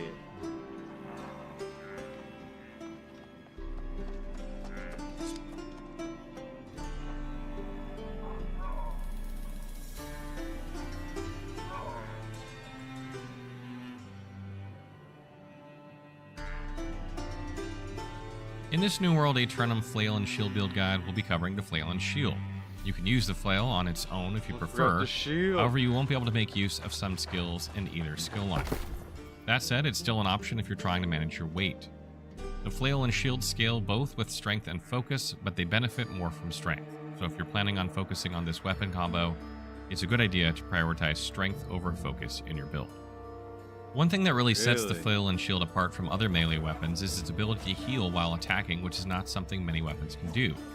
Additionally, the Flail can also heal allies, which is even less common, making it not only a damaging weapon, but also a great support weapon as well. The Flail also has wide horizontal sweeps that can hit many targets simultaneously, which is great for AoEing enemies when questing in dungeons or when PvPing in medium to larger battles. And since it does strike damage, it can be effective against enemies the sword is not. This makes Sword and Shield and Flail and Shield a dynamic pairing, swapping when another damage type is needed. The Flail and Shield can also set Impairment, which is a status effect that not only causes damage over time, but also reduces the damage of the target by inflicting weaken. As far as I know, it's the only weapon that can set this status, which is one of the best, if not the best statuses out there. The other thing of note is that the Flail and Shield has no attacks that use the shield, unlike Sword and Shield, so the damage of your shield won't factor much into Flail and Shield gameplay. However, equip load and the type of shield you're using do impact some of your Flail and Shield skills. You should still keep that in mind when determining which shield type to use. There are 3 different types of shields in New World Aeternum, and they operate similarly with some slight differences. Round shields are the lightest, with the lowest block stability but highest damage. Block stability determines how much stamina is consumed when you block an attack. Use this shield type if you plan to maximize your damage by keeping your equip load light, which is ideal for questing or 1v1 PvP, but not so great for tanking expeditions or larger scale PvP where you might need to block a lot. Kite shields are twice as heavy as round shields, have 10% more block stability, and deal about 20% less damage. They are a solid middle ground between tankiness and damage, and are best used by those that plan to play a mix of offensively and defensively when playing Flail and Shield. Tower shields are twice as heavy as kite shields, which is a lot, and have 10% more block stability than kite shields, but do roughly 10% less damage than them. They are the ideal choice for would-be tanks in larger PvP battles and in expeditions, where they will be absorbing a large number of attacks. The pros of this weapon type are that it has a good balance between offense and defense, it has high survivability, it's great if you want to play a tank, and it has great range for a melee weapon. The cons of this weapon type are the damage output isn't as high as some other weapons, and it uses no shield skills, despite using a shield. Moving on to the skill trees of the Flail and Shield, starting with the Cleric tree, this one focuses on dealing arcane damage and healing allies. If you're using Flail and Shield while in a group and want some off heals, or maybe you're the only heals in your group, this is a great line to take. So the first ability in the Cleric tree is called Arcane Smite. This does decent arcane damage, so if you're wanting to deal arcane damage, you might use this ability. And it kind of does like an overhead smash that leaves like a debuffed area on the ground that will debuff enemies standing in it, which will cause them to deal less damage and also take damage over time while standing in it. This is obviously great to use if you can group up enemies tightly and then land it on a group of enemies. Upgrading this skill will reduce its cooldown per enemy hit, will provide different bonuses based on the type of shield that you're using, and will also buff allies in the area, including giving them lifesteal when they attack enemies for a short amount of time. That is improved with the focus stat. So if you're planning on pairing this with a life staff or Void Gauntlet and going very heavily into focus, this would definitely be a good upgrade to take and a good weapon skill to use. The next ability is Arcane Vortex, which does reduce damage per hit, but hits multiple times while spinning the flail around over your head while dealing damage to the enemy, arcane damage that is, and also buffing allies within. As you improve this ability, you'll also root enemies hit repeatedly inside. You'll buff yourself and allies with haste, as well as heal allies in the target area of this spin. So this is a great skill when used in a group in order to buff your allies as well. And the last active skill is called Arcane Eruption. This is kind of like a whip motion looking attack where you kind of like swipe really quick with your flail and then flick it towards the target afterward. The swipe doing arcane damage, the follow-up doing strike damage. And it also leaves 2 stacks of impairment on the target, so they're going to do reduced damage to you while those are going on, and they're also going to take damage over time. Upgrading the skill will make it so that it slows targets, that it also extends the duration of status debuffs on the target, and then it also heals allies for a percentage of the damage dealt, as well as heals yourself for less than that, but still heals you. So this is good, again, to have in a party when you upgrade it. And one thing I want to mention is that all 3 of these skills, while they'll heal allies, will also heal yourself. So you can still use them to heal yourself, although obviously they're going to be more effective in a group where you're healing multiple people with it. The capstone for this tree is called Better Together, and essentially what it does is it heals you and allies around you every so often, as long as you have 1 or more ally around you. So this isn't even going to trigger if you're playing solo. So if you're questing, this is not by yourself. This is not a good capstone to have. But if you're playing in a group, this is very, very good, and you should definitely have this if you're playing with a flail and shield in a group at all. It's arguably one of the best capstone abilities in the game in a group setting. So moving along to the Bastion skill tree, this skill tree focuses primarily on reducing damage to yourself along with buffing allies and crowd control. So the first ability in this tree is called Barrage. It's sort of a gap closing ability that will charge forward, leap into the air, and slam your weapon down for strike damage. You don't deal a ton of damage using this weapon skill, but if you have a taunt gem in your weapon, this will taunt the target, so this could be a good way to grab aggro on a target while you're like tanking a dungeon or something like that. It can also be very useful for catching up to a fleeing PvP player, or just getting into melee range with a PvP player quickly when you're friendly with things down. Upgrading the skill will provide you with Fortify, increasing your armor, will do different things depending on the type of shield that you're using, will allow you to block automatically without consuming stamina during the lead portion of the attack, and will also increase the damage that you deal on the final attack, along with Fortify allies to increase their protection. The next skill is called Trip. This has a very, very short range, deals very low damage from melee attack, but does knock the target down. So it's good if you need to knock a target down to prevent them from attacking you. It's great when questing, in dungeons, and in PvP situations, particularly one-on-one. Upgrading this ability will apply a debuff to the target that allows you and your allies to cleanse damage over time from yourself through repeated attacks against that target. It will also make it so that if you weaken the target, that you'll apply Rend, reducing the armor of the target. And using it after Arcane Eruption or Arcane Smite is not a good idea. And the last upgrade will allow for a follow-up attack that does a considerable amount of damage. I highly recommend getting that upgrade if you plan on using this skill. And the last active skill here is called Bludgeon. This kind of boots you on the ground, slamming your team down, and this buffs your armor significantly and allies around you. So it's really good if you want to, buff you and your teammates. Again, very good in a party situation. Upgrading this skill will make it so that it costs less stamina to block while this is active, and also so that targets that attack you while this buff is up will actually get stacks of impairment each time they attack into you, causing them to take damage over time. And also, randomly, it can buff one of your party members, empowering them and yourself, and also increasing both of your damage absorption. So it's actually really good if you're playing 2-player, or if you're playing in Expedition or something. The capstone for this skill tree is called Human Shield, and it makes it so that when you use a flail and shield ability, you will cause a friendly within 6 meters of you to link, and they will take 50% less damage, and you'll take increased damage while linked. It's very good for tanking, PvP, or maybe you're playing like duo or questing. But again, it's not a very good capstone if you're playing by yourself, since it doesn't impact anything. So you can see that the flail and shield playstyle is really a lot more beneficial when playing in a group, and isn't really recommended if you're playing solo.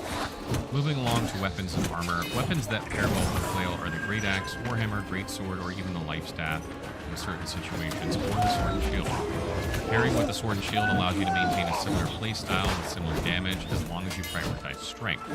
The Sword also deals both slash and thrust damage reliably, while the flail deals strike and arcane. And this allows you to cover all 3 physical damage types along with 1 other damage type easily. Great Axe, Warhammer, and Greatsword are all great strength scaling weapons, making easy pairings depending on what you want to do. Great Axe is great for AoE groups of enemies, Warhammer is great for crowd control, and Greatsword can be both an excellent offensive and defensive weapon. The downside of these weapons is they're heavy, making it harder to stay light or medium weight when using them compared to the sword. The reason I mentioned the Life Staff is that it scales with focus, although much better than the flail, so you could use it as a backup weapon for extra healing or survivability. This can make questing easier along with some PvP, depending on what you're facing. Your flail would do less damage if you pump focus, but you'd be much harder to kill in general, and there are a couple of flail abilities that benefit the higher your focus goes. For armor, I suggest going with heavy armor if you want the added block stability bonus of 10% as well as extra damage mitigation with mitigated protection passive. This will be useful for going on expeditions where you most likely will fulfill a tank role. If you're going for small-scale PvP or solo questing, I suggest using medium or light armor. Medium is a good middle ground between protection and damage, while light will give you the most damage possible but little protection. Because you can heal easily with the flail, wearing light armor is not as bad as it would be with some melee weapon types. Final thoughts. The flail and shield is a solid melee weapon overall, though it leans more to the tank support side than most other melee weapons. It's incredibly hard to die when using this weapon, however, which is sometimes more important than the damage you deal. Additionally, the light attacks have wide horizontal sweeps that easily hit multiple enemies, which is a big advantage in both PvE and PvP compared to some other melee weapons. Unlike the sword and shield, it's probably better suited for PvP than PvE because of the healing you can do to allies, which can help keep them alive while you attack. In large-scale fights, it's not always about dealing damage. Sometimes your role is to draw fire and survive, while your teammates handle the heavy damage. So depending on what you're aiming to do, the flail and shield can still be a great option in PvE, especially when taking expeditions. So this wraps up our flail and shield build guide. I hope you guys found some useful information here and a better understanding of how you might use this weapon. You can clearly see that it's definitely better used. So, will you be using flail and shield at the launch of New World 8 Tournament, or will you be using something else like sword and shield? Let me know below.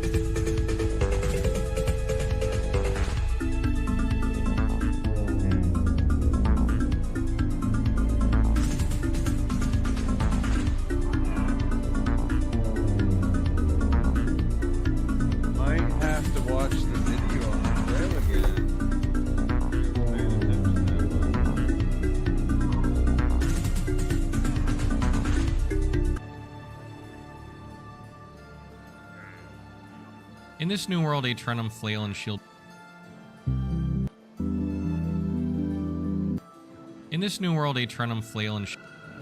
One thing that really sets the Flail and Shield apart from other melee weapons is its ability to heal while attacking, which is not something many weapons do. Moving on to the skill trees of the Flail and Shield, starting with the Cleric tree, this one focuses on dealing arcane damage and healing allies. If you're using Flail and Shield while in a group and want some off heals, or maybe you're the only heals in your group, this is a great line to take. This is going to be your guide to using the Flail in New World Eternum. So let's start off with the attributes where we are going to invest mostly into strength. The rest goes into focus after we put a couple points elsewhere, and it's going to look something like this. So the reason why I wanted to show off putting in the points is because even though the Flail scales much less with focus, you can see we're actually gaining like 1 to 2 points per level. And then when we hit the soft cap of strength, oh, we're gaining 1 to 2 points per level. So we're actually just still gaining a lot of damage while putting into focus. That's also going to work into our weapon mastery. But then we want 25 for dexterity, 25 for intelligence, because crit damage, that's pretty cool. And we don't really need points in constitution depending on how we're building this. So if your gear has less constitution, more into focus, you hit buff duration, things are pretty cool from there. So let's lock that in and then check out the abilities on the Flail and Shield where we are going Cleric. Now I might be thinking, why are we invested into strength? We're going with Cleric and everything scales exclusively with focus. Well, that's because this is just crazy amounts of damage and crazy amounts of sustain, and it just ends up working out. Our only 2 points in Bastion, you can put them whenever because, hey, 4% less damage taken is pretty cool. And then you also get little bits of benefits depending on your loadout. We're going for a medium equip load. That way we don't have heavy equip load penalties. And that means we have to have a round shield. So base duration of buffs increased by 10%. Neat, but not like the craziest thing.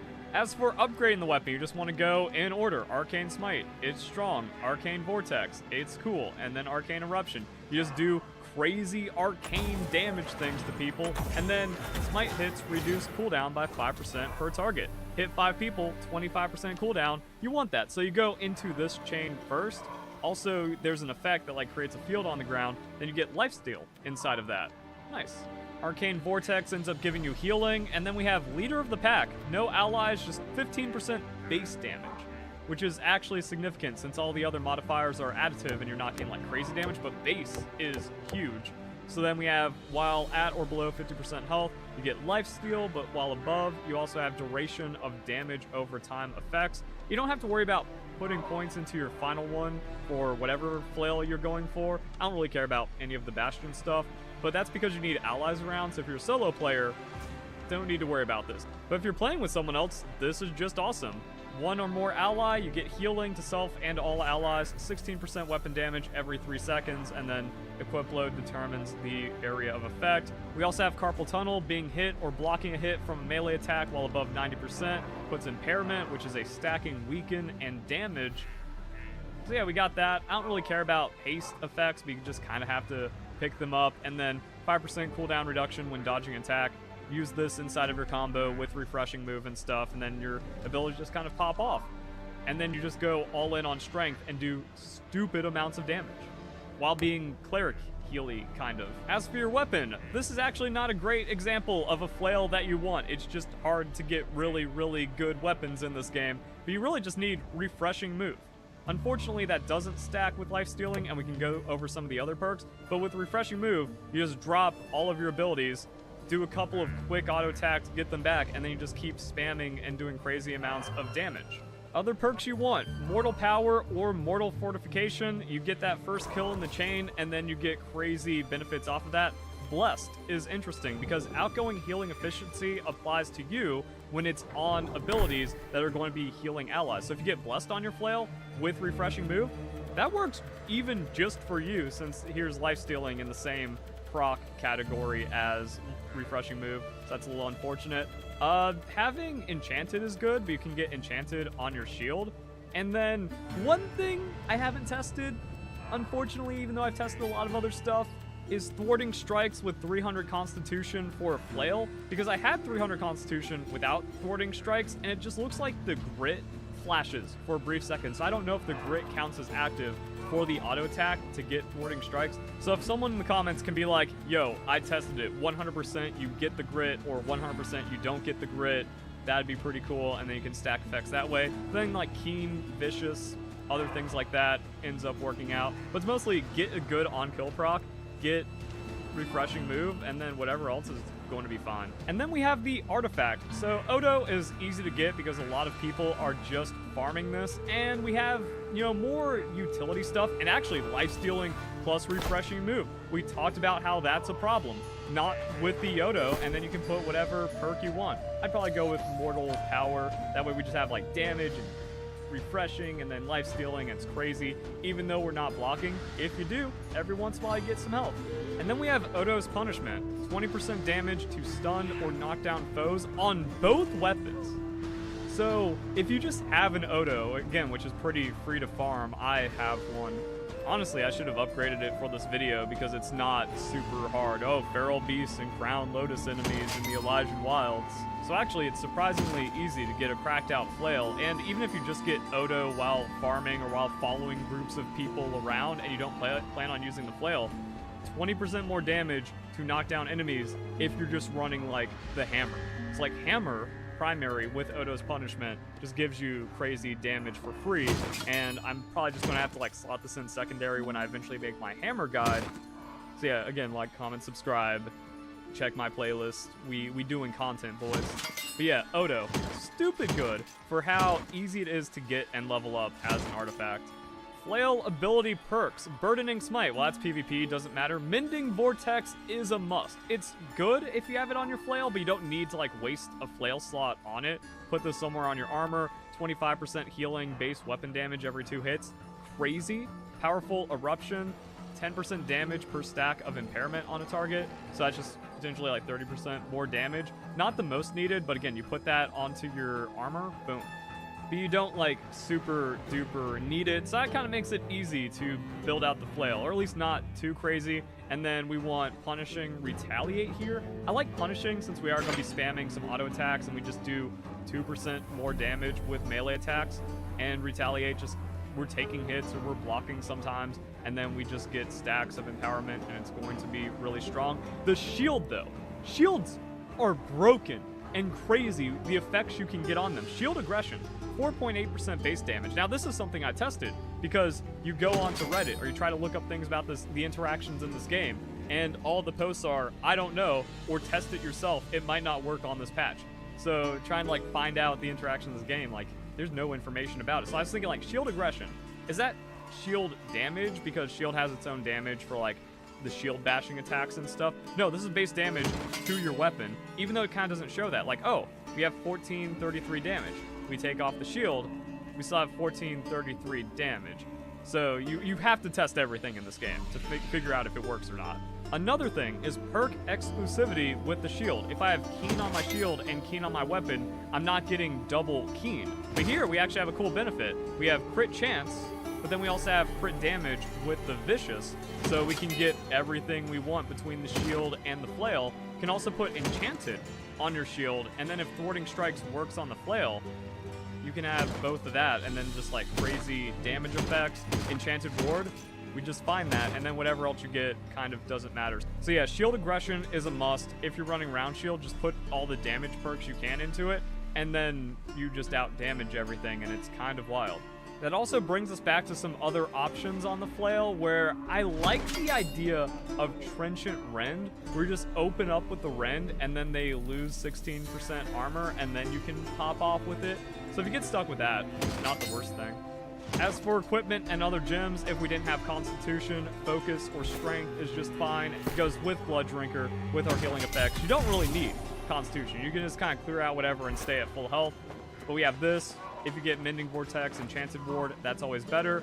And then we have Arcane attacks dealing 2% damage with our Empowered Rune Glass. So Empowered Rune Glass, Arcane Harnessing, Enchanted, whatever else you can get, that's pretty cool. Now I was thinking about putting a Sapphire or Sapphire Rune Glass onto the flail, but it doesn't work, and I'm guessing that's because it's a focus scaling weapon, and trying to like reconvert the focus does some weird stuff. Because I'm like, oh, we just do more arcane damage, and we just keep finding arcane empowerment on it, which makes this like an incredible corruption clearing loadout. But whatever, we still just have like empowering, it's fine. Divine health, some kind of protection like slash protection, strike protection, or elemental. That's cool. I don't really care about the alchemist reprieve, except in the early game. If you end up with like divine alchemist reprieve or health alchemist reprieve in like the mid game, that's going to help until you get your blood drinker or heavy life stealing effects. And then same thing with the ring. You get your arcane damage, leeching, sacred, cool stuff. You get a refreshing perk pretty much for free on your earring. Regenerating, refreshing, and then luck would also be really nice if you're just clearing out enemies, and then you get luck benefits and all kinds of really good loot to pay for the very expensive gear sets in this game. I guess it's kind of cheating comparing this to like a Great Axe build because there's so much arcane damage, and these pulls are against corrupted for like our damage checks and stuff. But it just kind of shows like, oh yeah, different gear sets are the more important thing than like, oh, I just like flamethrower, I'm only running flamethrower. No, solo flamethrower is just really good, and then if you're going up against Angry Earth, you can do that, and then you can have flail something else. But back to this. So yeah, we open up with the bludgeon. We can throw out whatever attacks whenever. That vortex just disgust. In this New World Aeternum Life Staff build guide, we'll be covering the Life Staff. It's a ranged weapon mainly used in both PvE and PvP for healing, including self-healing, and it scales with the Focus stat. What makes it unique is it's one of the few weapons in the game that scales with Focus alongside the Flail and Shield and Void Gauntlet. Among all the weapons in New World, the Life Staff has the lowest damage potential because only a few of its abilities deal more damage than its light and heavy attacks. These abilities also come with additional effects like healing or buffs, but their main purpose isn't damage but rather supporting allies with heals or buffs. This makes leveling the Life Staff slower if you're playing solo or outside of PvP, as it takes longer to kill enemies. It's also useful for soloing, so you can attack with an enemy, throw a beacon onto them. This ability is particularly effective in dungeon settings. Throwing it on a boss or mini-boss and everyone packed around it will benefit from the healing. In PvP, you can launch it into an enemy surrounded by multiple players, ensuring everyone gets healed. It's also useful for soloing, so you can attack with an enemy, throw a beacon onto them, and then tank their hits while receiving healing. Progressing this line increases its radius and duration, as well as buffs allies with 20% haste. The capstone for this skill tree, Magnify, lets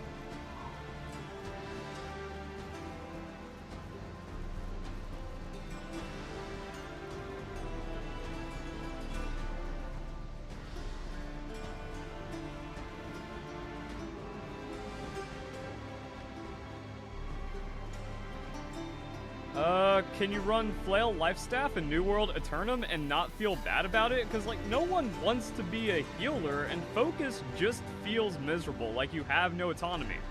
But maybe we can get away with it because the Flail is really strong. So let's find out. If you enjoyed the video, don't forget to leave a like, share with your friends, comment your thoughts down below. So our gear just has us stuck with Constitution. That's fine. We can magnify Focus or Strength. And then we can just kind of compare numbers to see what happens, because soft caps and attribute numbers get kind of weird. But if we go all in on Focus, that brings us to 1342. Now, if we drop all this down and we go all in on Strength, we can see how much of a difference that is. Except it's actually not all in on Strength. We still stop at 350, 1408. That doesn't put us far behind on damage if we actually care about Focus, and that's where the healing comes from on Flail, because it's exclusive with Focus, and then your life staff is super powerful. So, like, do we actually become extra immortal and still preserve damage? I guess we gotta investigate that. So 10% base damage, you kind of want that on Strength, but then 7% while below 90% health. Stamina regen doesn't really matter on melee attacks, and then 10% damage on stunned, slowed, or rooted enemies. So maybe we just aim for that and we put the rest into Focus? And because we actually have more strength than earlier, it's pretty much no damage difference, which feels kind of weird. You'd expect it to be much lower with the low focus scaling on the Flail. But alright, and what do we lose out on just with this? Because, like, oh, if you had different gear and different things, you can put the extra 10 points into dexterity. I think this is fine on the intelligence, especially with the Flail, because we're doing a lot of damage over time. So that's just 5% of the 17 damage 17% we're missing, and then we don't get crit damage taken. So none of that matters. More focus or more stats would just be good, and I think we lock it in. And I think we're actually just not weaker. Actually, we need to go and check out what we're doing with these weapons. So, Flail and Shield, Cleric, you do crazy damage on Smite, you get all kinds of extra effects, you have Lifesteal, you heal. If you're with someone else, you heal. If you're alone, you just do more damage and you're taking care of yourself. Then you take less damage and you just combo out. And if you have Refreshing Move on your Flail, it just hurts and does really cool stuff. Life Staff, the points on Life Staff or whatever. This is also another interesting situation because a benefit to this, like if you're just solo Flail and you're wrecking everything and you're randomly putting points into strength and focus and you can just solo content fine, that means now you have a life staff and you look like a healer, and then people are going to take you in on expeditions and you can maybe just play that as a playstyle. So you have no problem finding group content and maybe even wars or something, even though I don't really PvP. Healing and there might be different. These are different. Insane. Different builds for that, because Splash of Light I think is really nice in group content, especially when you like stack all the extra benefits into it. So we can look into that. The reason why I don't like it on solo play is the channel time when enemies are running at you and it doesn't feel great. But the cast time and auto casting on like Beacon, Orb of Protection with that Splash and Sacred Ground, we're just doing everything good. So yeah, it's actually not really too crazy to kind of get that set up and then maybe just have like a little bit extra depending on your situation. As I say, these are guides, so it's guidance. If you're feeling different effectiveness or you just like want to experiment, you're like, oh, let me try Splash of Light now that I got my friends online. Oh, Splash of Light is really cool. Don't need Orb anymore or whatever. Then you're still fine to do that. And that's where Purifying Breeze comes in play. Heal for 30% weapon damage every time you remove a debuff from an ally. Perk max play. Don't like it on solo play is the channel time when enemies are running at you and it doesn't feel great. But the cast time and auto casting on like Beacon, Orb of Protection with that Splash and Sacred Ground, we're just doing everything good. So yeah, it's actually not really too crazy to kind of get that set up and then maybe just have like a little bit extra depending on your situation. As I say, these are guides, so it's guidance. If you're feeling different effectiveness or you just like want to experiment, you're like, oh, let me try Splash of Light now that I got my friends online. Oh, Splash of Light is really cool. Don't need Orb anymore or whatever. Then you're still fine to do that. And that's where Purifying Breeze comes in play. Heal for 30% weapon damage every time you remove a debuff from an ally. Perk max stacks once. Well, that actually goes into Splash of Light because you can spec into it to remove debuffs. One debuff when it heals an ally. So you go here, and then you're just proccing your Refreshing Breeze. Even better, Purity of Light. Allies with a debuff removed with Splash of Light are healed for 90% weapon damage, or 54% on armor. That's good. And then, as we've talked about with the Life Staff Guide, you need Fortifying Sacred Ground, Refreshing Divine Embrace, if you get like those pop-off heals, Mending Protection, if you get those pop-off heals, then you're just going a lot stronger. So you want Keen Beacon, Blessed, or Savior, depending on how it's going. And if you're not only sticking to a Life Staff healing, then that means you're going to get in situations where like you go Flail, you keep people healthy, but they might still fall below half. Then you switch back to your Life Staff when they're at half, and then you get all those big pop-off things. You go back into your cooldowns on Flail, and then proc 2 on Purifying Breeze, and you feel great. So like you don't need Refreshing Move if you're going secondary healing with the Flail, and I guess this could also apply to the Void Gauntlet. And then on Ring, we have Healing Breeze to heal per second for 6 seconds, but it has a cooldown, and then Purifying, hey, you remove debuffs. So if you're playing the anti-debuff, you just pop off, and then Sacred also going to give you healing efficiency. And then Flail is whatever, you get Refreshing Move, Vicious gives you damage, your shield can give you damage. You also want Blessed if you're trying to go for healing. If you get Odo, that's just free access to 700 gear score Refreshing Move Life Steal, which also keeps you healthy. Then we have the Punishing Retaliate because we're playing for damage on the Flail, and then we're going for like extra focus healing on the Life Staff, and Opportunist is just good. Extra healing to targets below health. Maybe you also splash some sustain damage because we're kind of going for that with our empowered Rune Blast, maybe. And then like Mending Vortex, that's a must. And like we talked about, you can also heal allies, and there's the benefit of crowd control protection. So that's pretty neat on the flail. And what is it like? Oh yeah, we're cleric. No, we're actually just hard DPS, giving our allies useful and strong benefits. So with that, you can go keen and then vicious between your stuff. Enchanted Ward, that's just tankier, shield aggression. We're just getting damage. Really cool stuff. Here's our Fortifying Sacred Ground. Unfortunately, we're stuck with Intelligence. Take what you get in this game, but Enchanted Ward, Fortifying Sacred Ground, sick. We'll take that. Free pants are great. Fortunately, we use some strength on the flail, and we have Arcane Harnessing and Empowered Breaker, so we're just stronger for it, and then we're just stronger for it, and everything's cool. Ring, whatever ring. We talked about Ring, but also Blood Drinker just makes you a solo beast. And then what's stopping you from having both? You can have a healer ring that has Sacred on it, and then when you're not in a group, you just run Blood Drinker, and you don't even worry about the life staff, and you're just amazing. Regenerating, Refreshing Luck, I like it. If you're having mana problems, Refreshing Toast, because we're not doing like Intelligence, Fire Staff, and then Life Staff, Infinite Mana Healing, or anything like that.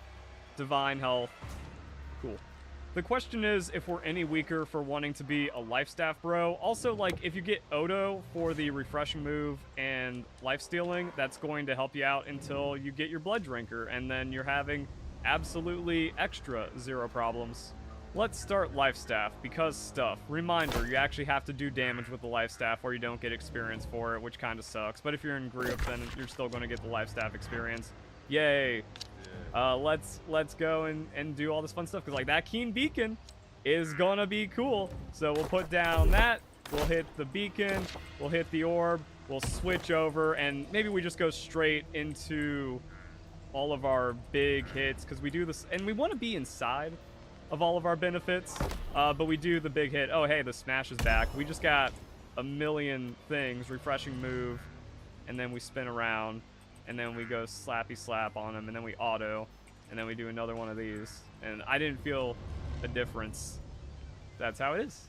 It's mostly that Vortex is ridiculous, and if you get low while like setting up your life staff, you just go into Vortex. Also, like we talked about in the Fire Staff guide, like, okay, cool, we're in the middle of like a big push, or we're in like a big elite area, or we just need to get topped off during smaller pools. We're set. We're full. Our mana doesn't matter, and then we don't use mana on this, so we can get all of our mana back in different rotations. Also, you can lead with Beacon, then put down your Sacred Ground, then pop an orb. That way you get like the free switch over, and then you just press whatever buttons you want. And yeah, we're inside of that. We're getting all kinds of cool benefits. Is anything... well, never mind. I was about to say, like, we just killed everything. Anything back up? We have orb. We don't have refreshing moves, so you actually don't really need to worry about coming back into this. And then...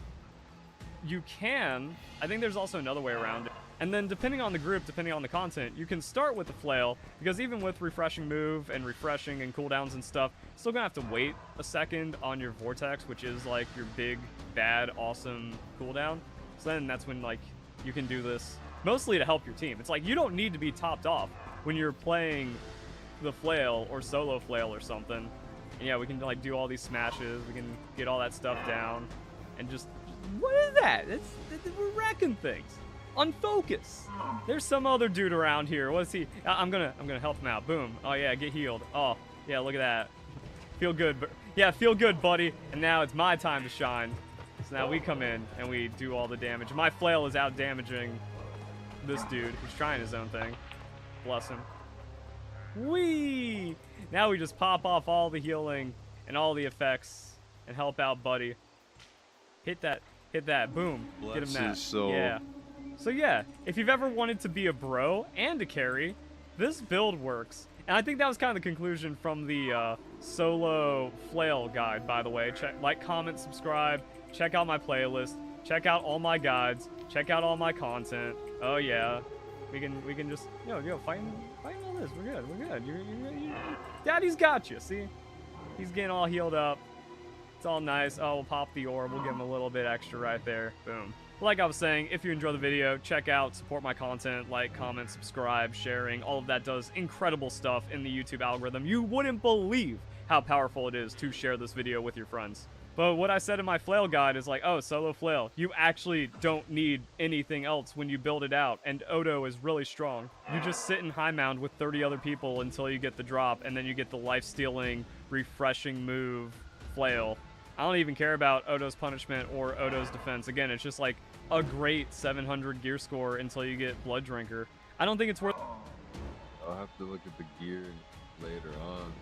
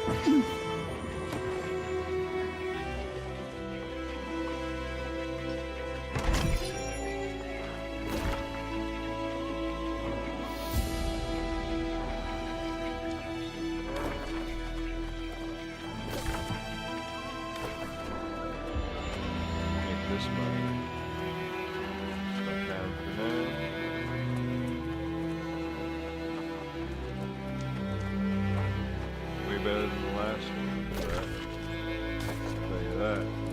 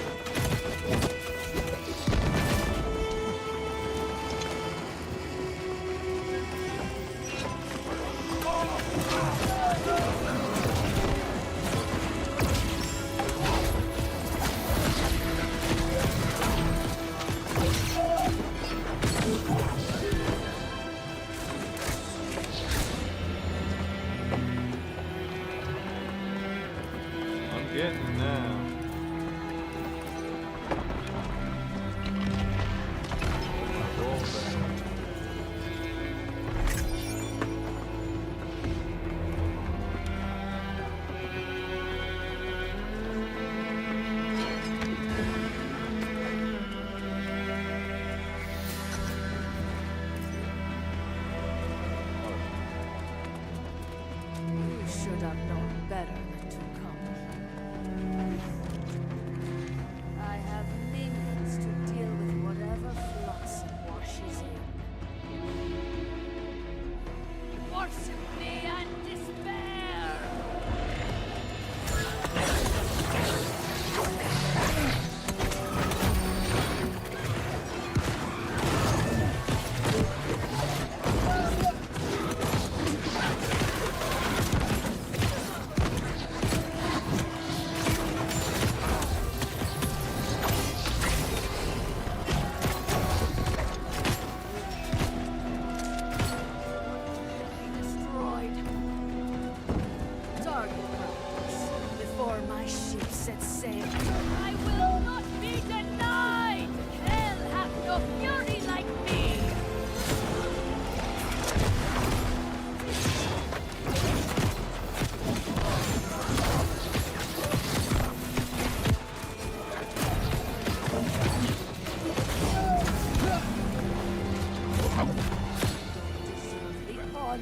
Dying at my hand.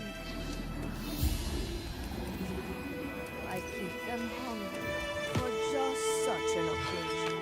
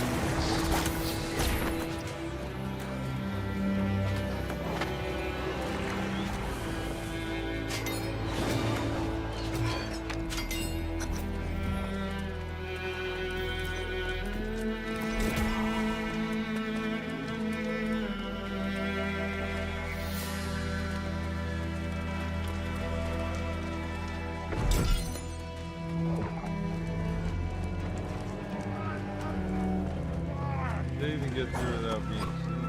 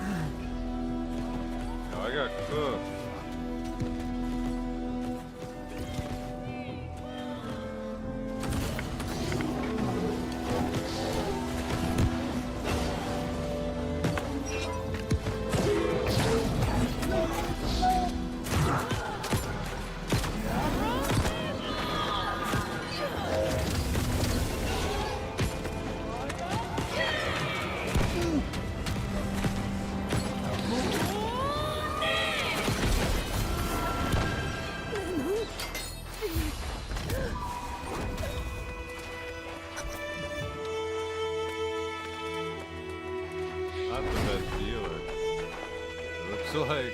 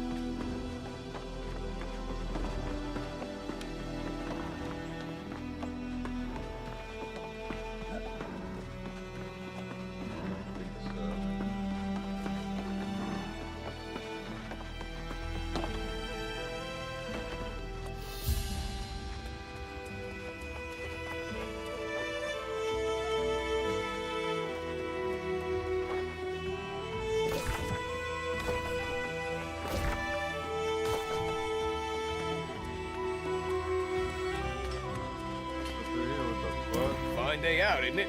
A little humid, but fair weather for Eden Grove. How can I help you?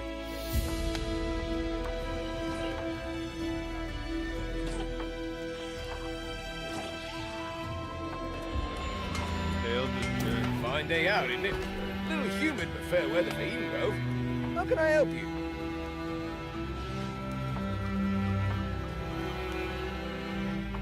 Doesn't check in, please.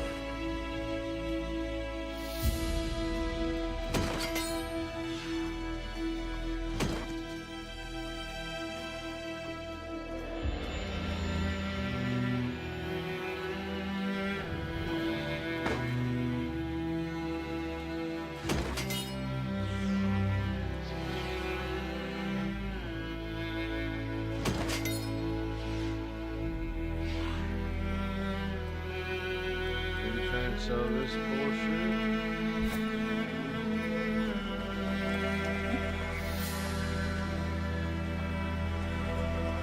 The shield's gotta go.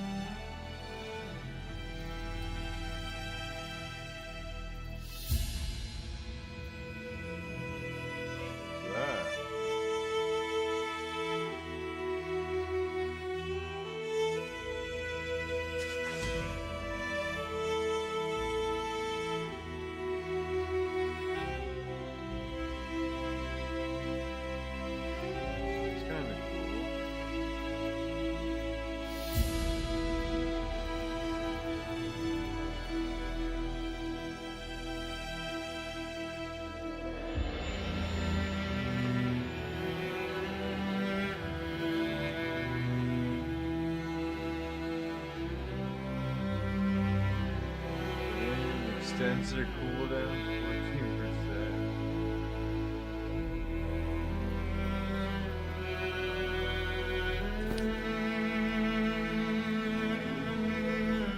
Crystal shield, fuck it.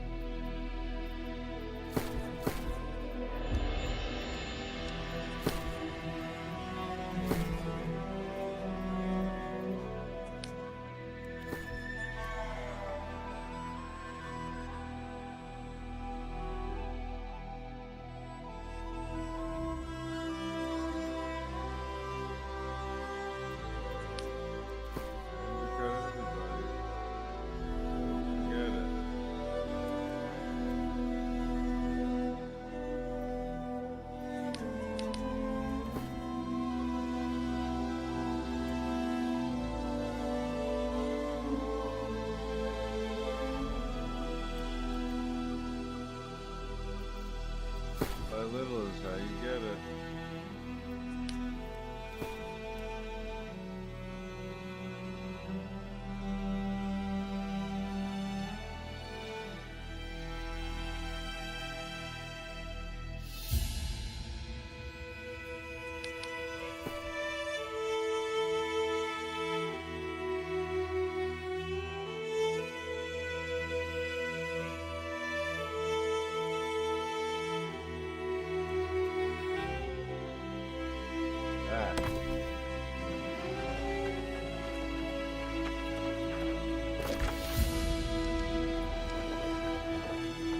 Someone's buying, it's selling.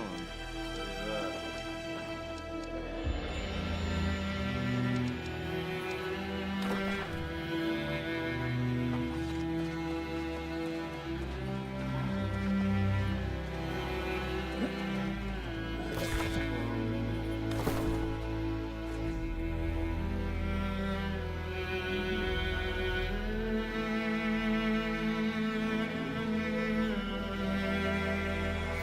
Switch out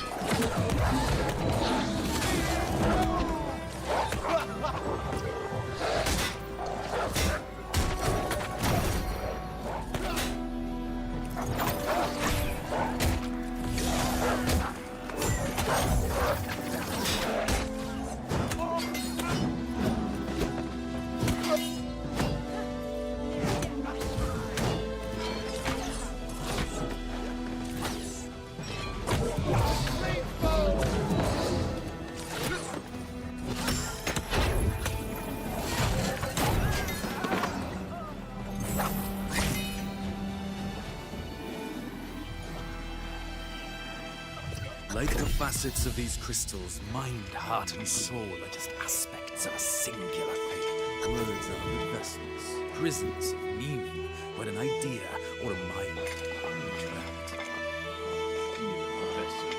When time and space are suspended, words from... There. His voice again. Speaking as if he knew I'd come and left some riddle. Ah, tell me, soul. There must be some keyhole to... Tell you, this is easy as a build. So easy. Can't lie. Fire boys. Wait for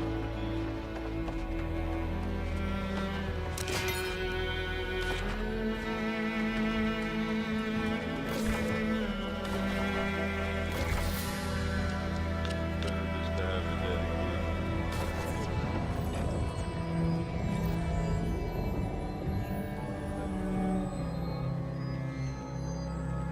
Another good build.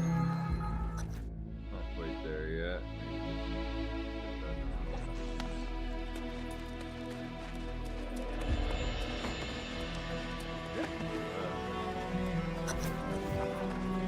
Not many records. But what about you? I'm curious. Great idea. The Elder Druids brought offerings to shrines in the woods to make contact. We will need to extract samples from the Dryads or other angry earth. Let's collect as many as we can and meet in the mangroves. Good luck.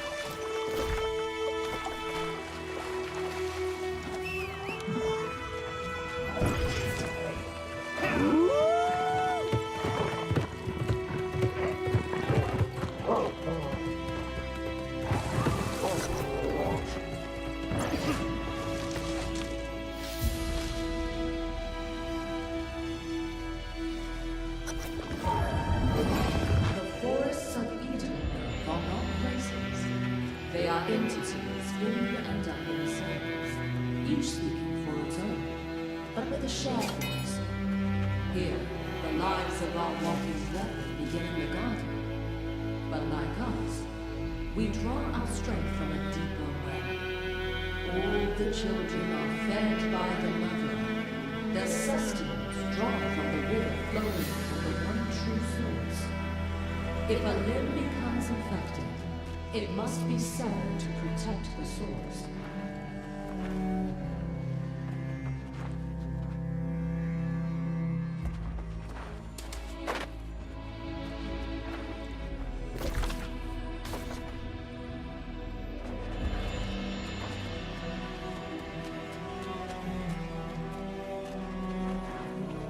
I am skeptical.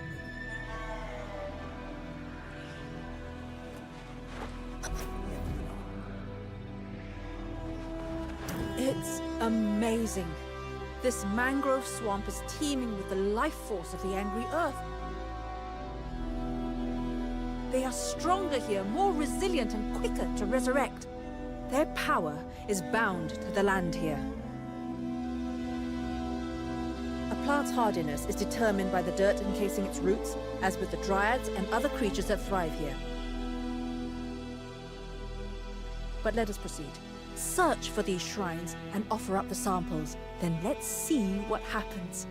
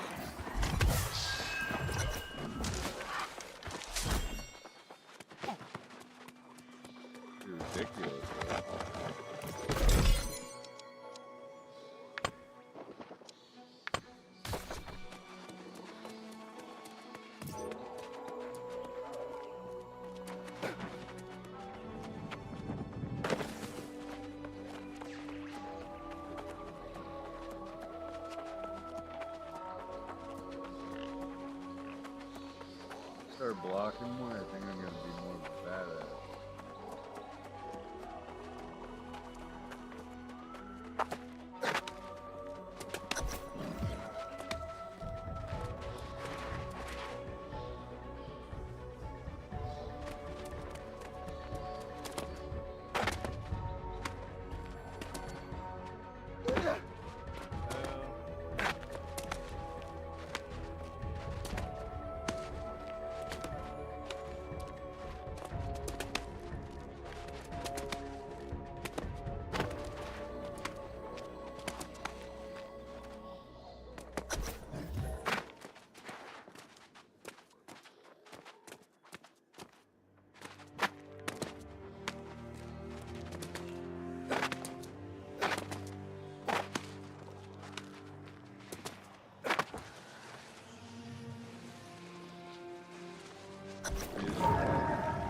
Alone but alive, sustenance is needed, but never satiated. A thirst acquired like a contagion from our enemies, but of the earth, and now within. The needs felt are beyond those fitting for life.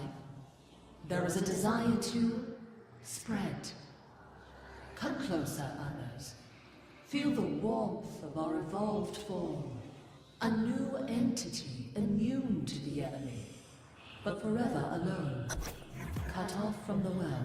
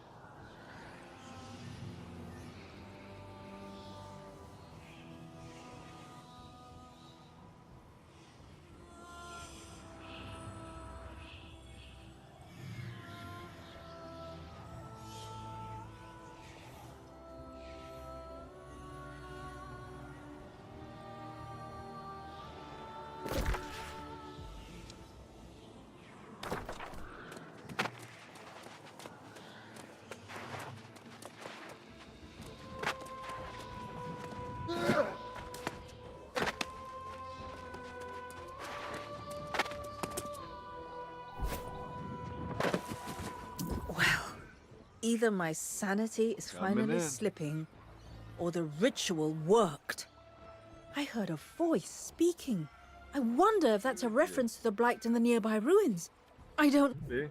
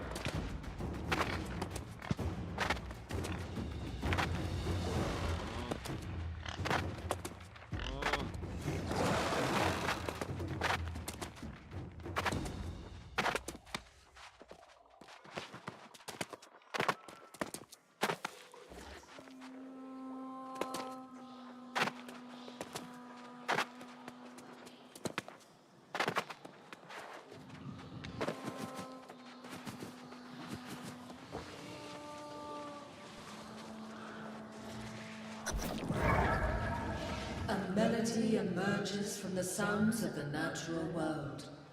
A song of celebration and of lamentation. The brilliance of new life blooming in the grove, and the dirge sung in memory of those whose sacrifice gave us our purpose.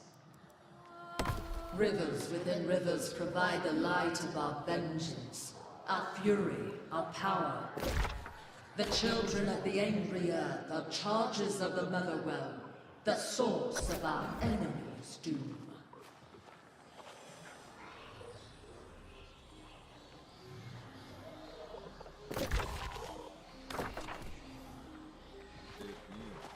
Now, if there is... Oh, wait. But this is clearly not... We need some... Let us...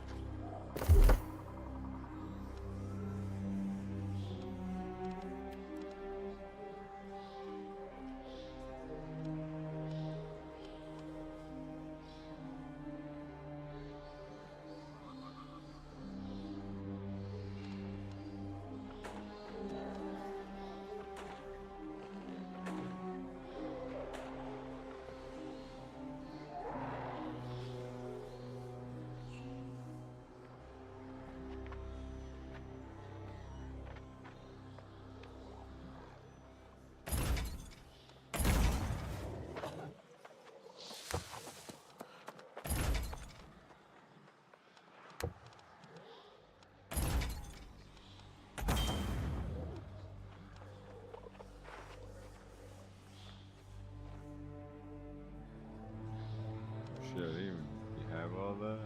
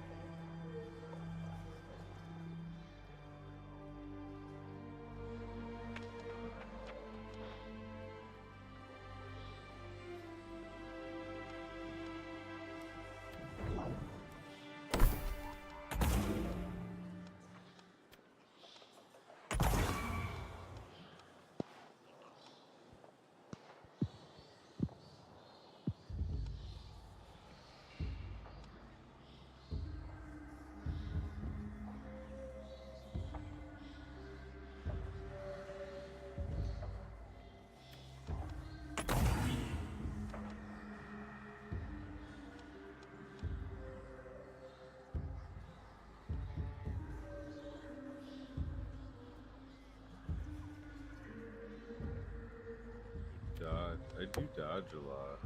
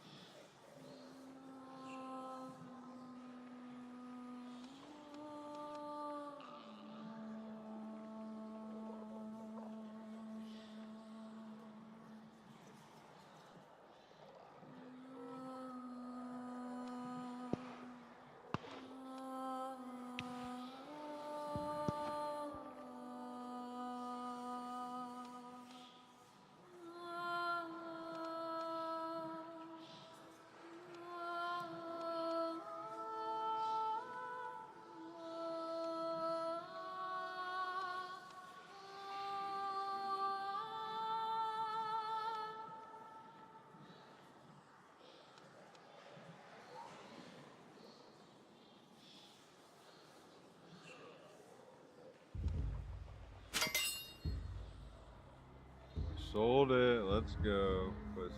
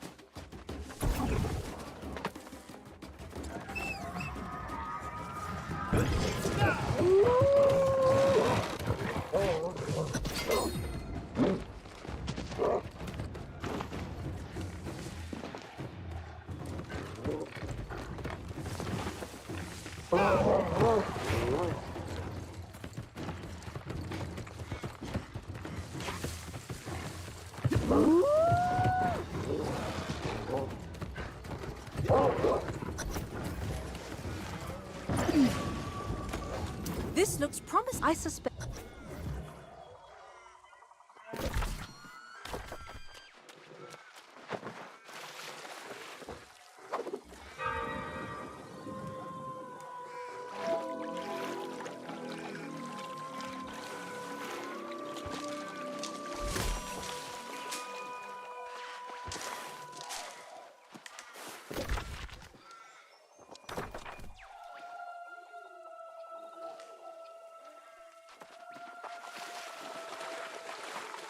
Now I want to...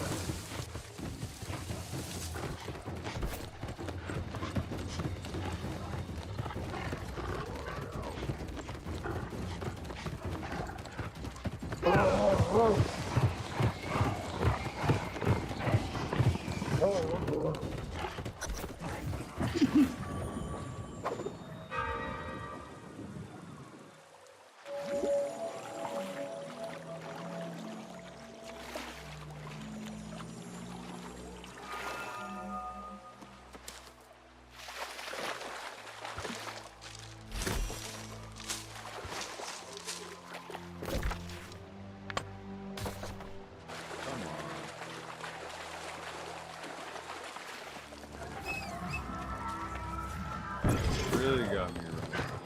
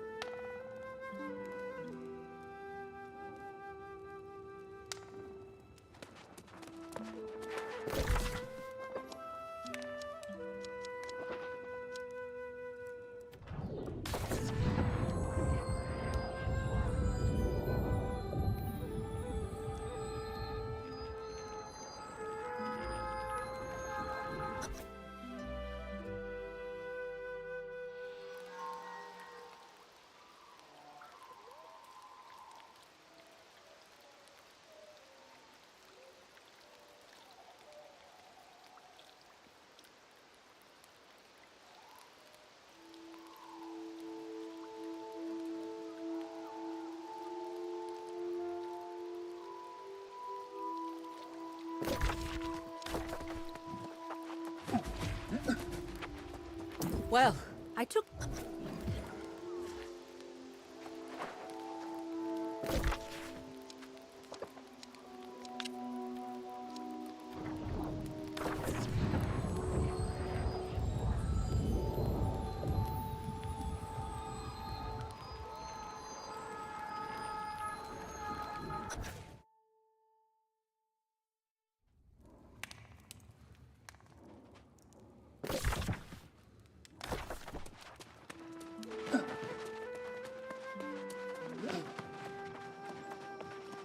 It was with great I can.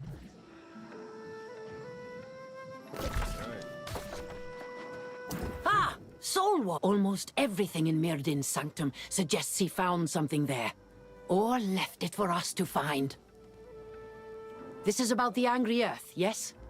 Make no mistake, Myrdin's clue. If this is true, he's been unveiled. Greeting, if any.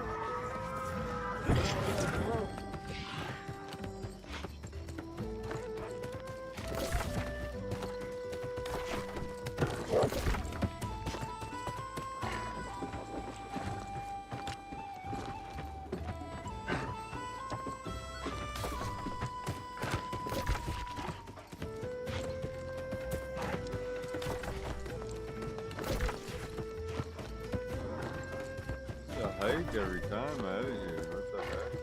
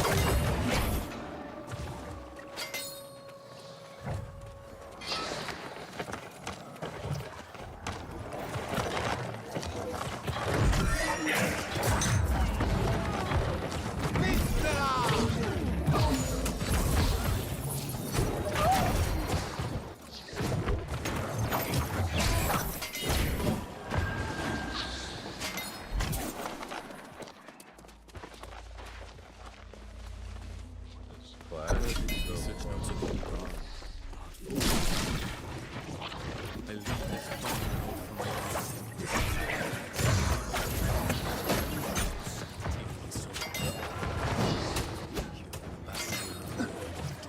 a stronghold against tyrants, a place where I leave part of myself.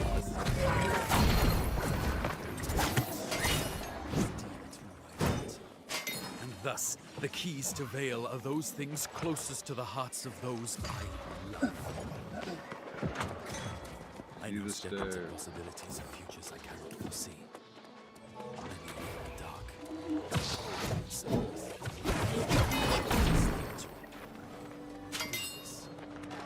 With the small knowledge and insight I have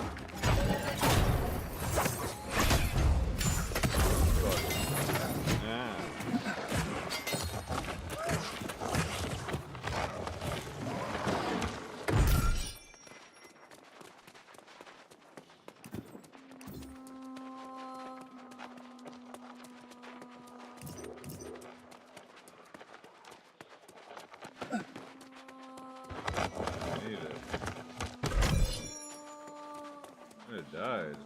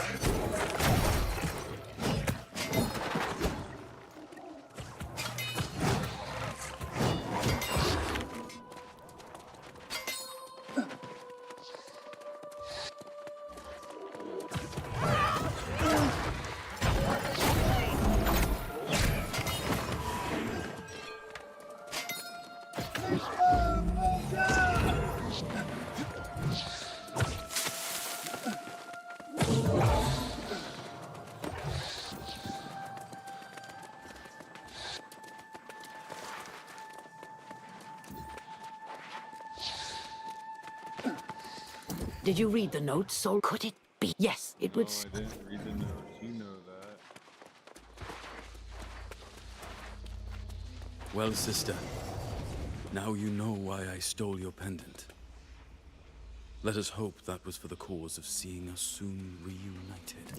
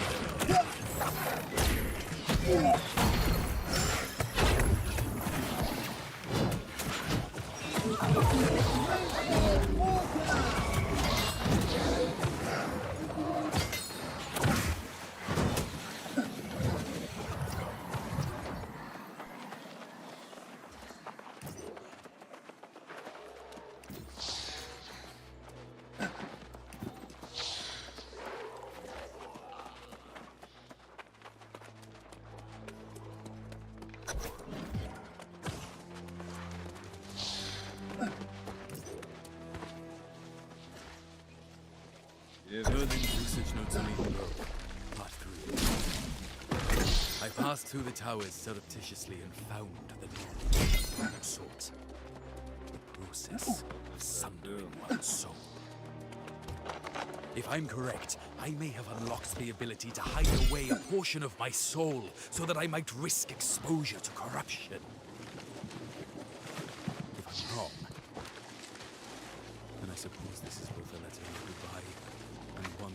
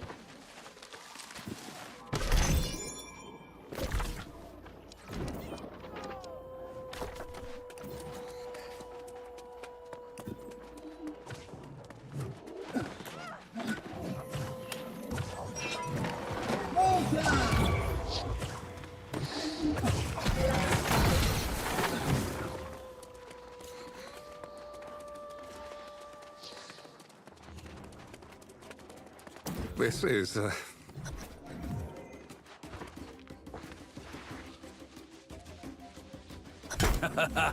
Well done, my liege. I hope your shield has protected you as well as it has allowed for my protection in this instance. I will see you soon.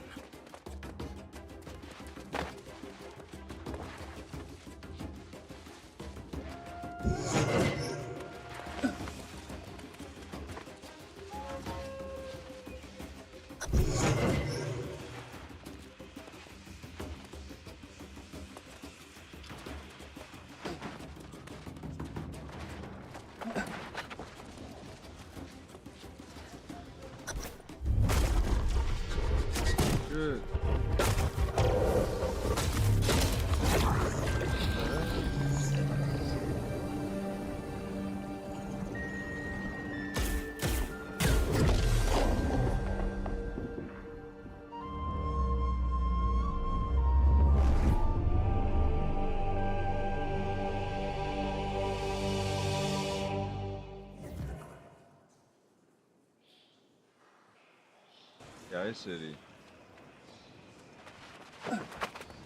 I can't believe this could very well.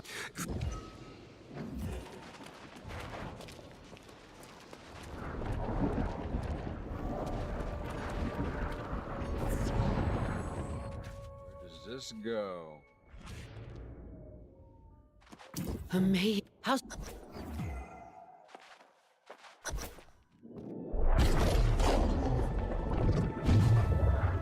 Where am I? Is this real? Morgaine, is that you? It is me, though I am older. Yet, you've grown younger instead. And free of the Crimson Sorcerer. Enough sibling sentimentality. Damn it, Mirrodin, where is Artorias? What have you done with him? Oh, you tin-plated fool. Can't you put aside your obsessions for even a moment? Beg pardon, but the fate of the world takes precedent over a sibling reunion. Cease this foolish bickering, both of you! Oh damn, he said fuck that. Shut the fuck up, Within I'm this powerful. prison, time and space blur. I see glimpses of the king.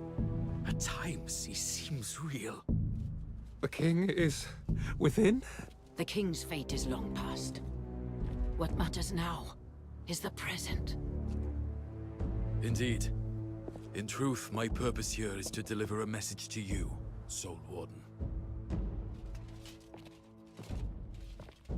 Me, little me.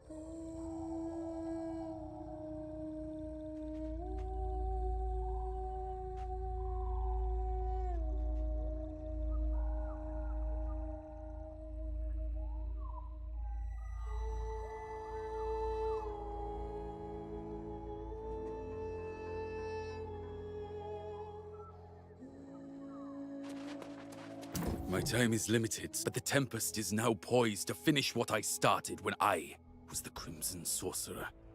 I am even now the only you could I have. Though it is just the faintest thread of... I must thank you deeply. DLC or what?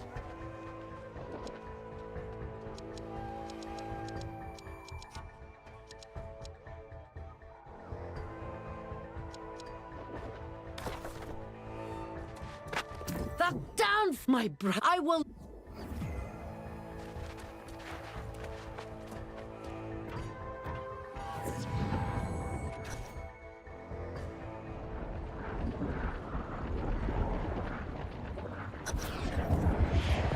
Where were you just now? Did you find a way to elude me? If so, it was only temporary. Our bond cannot be broken.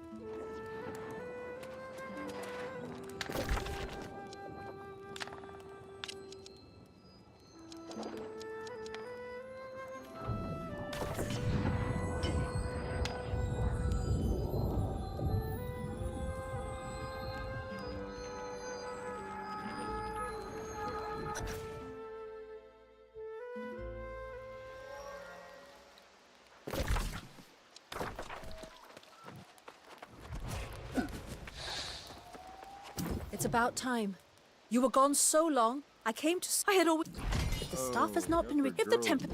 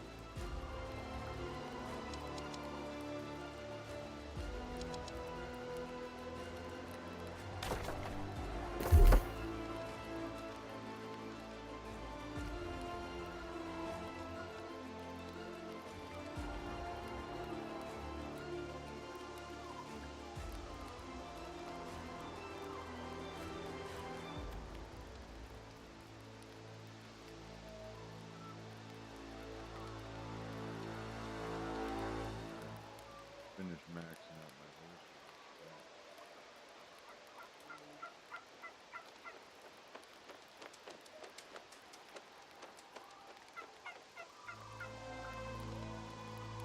I'm getting up there.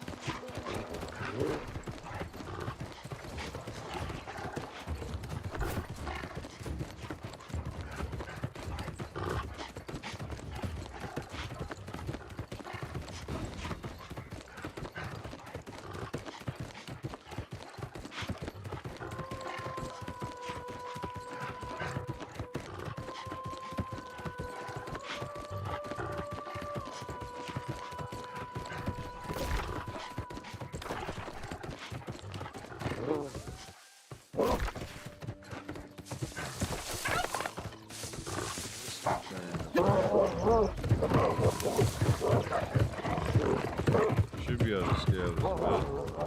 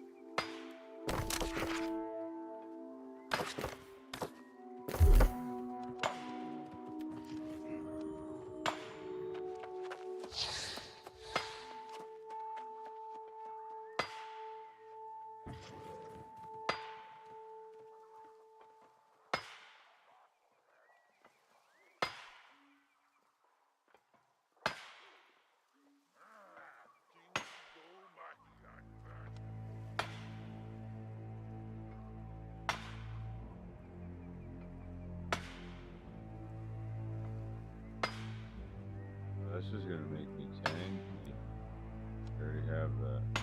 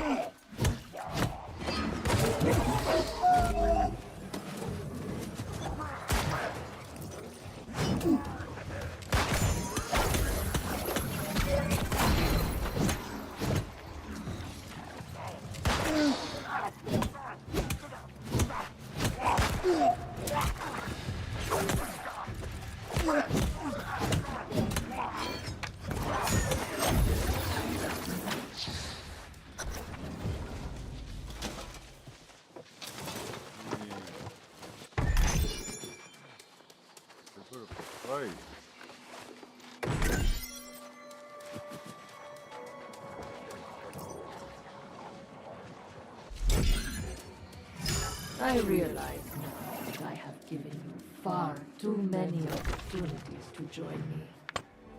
The time for an alliance has passed. It will be war, and you will lose.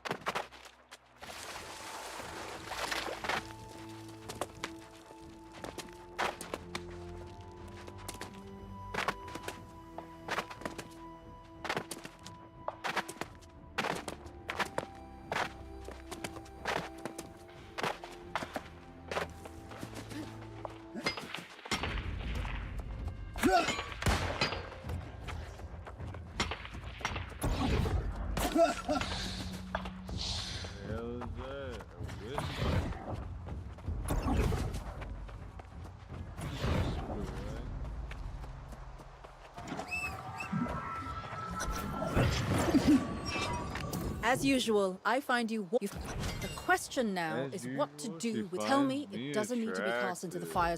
Oh, yes, but that is not a sense.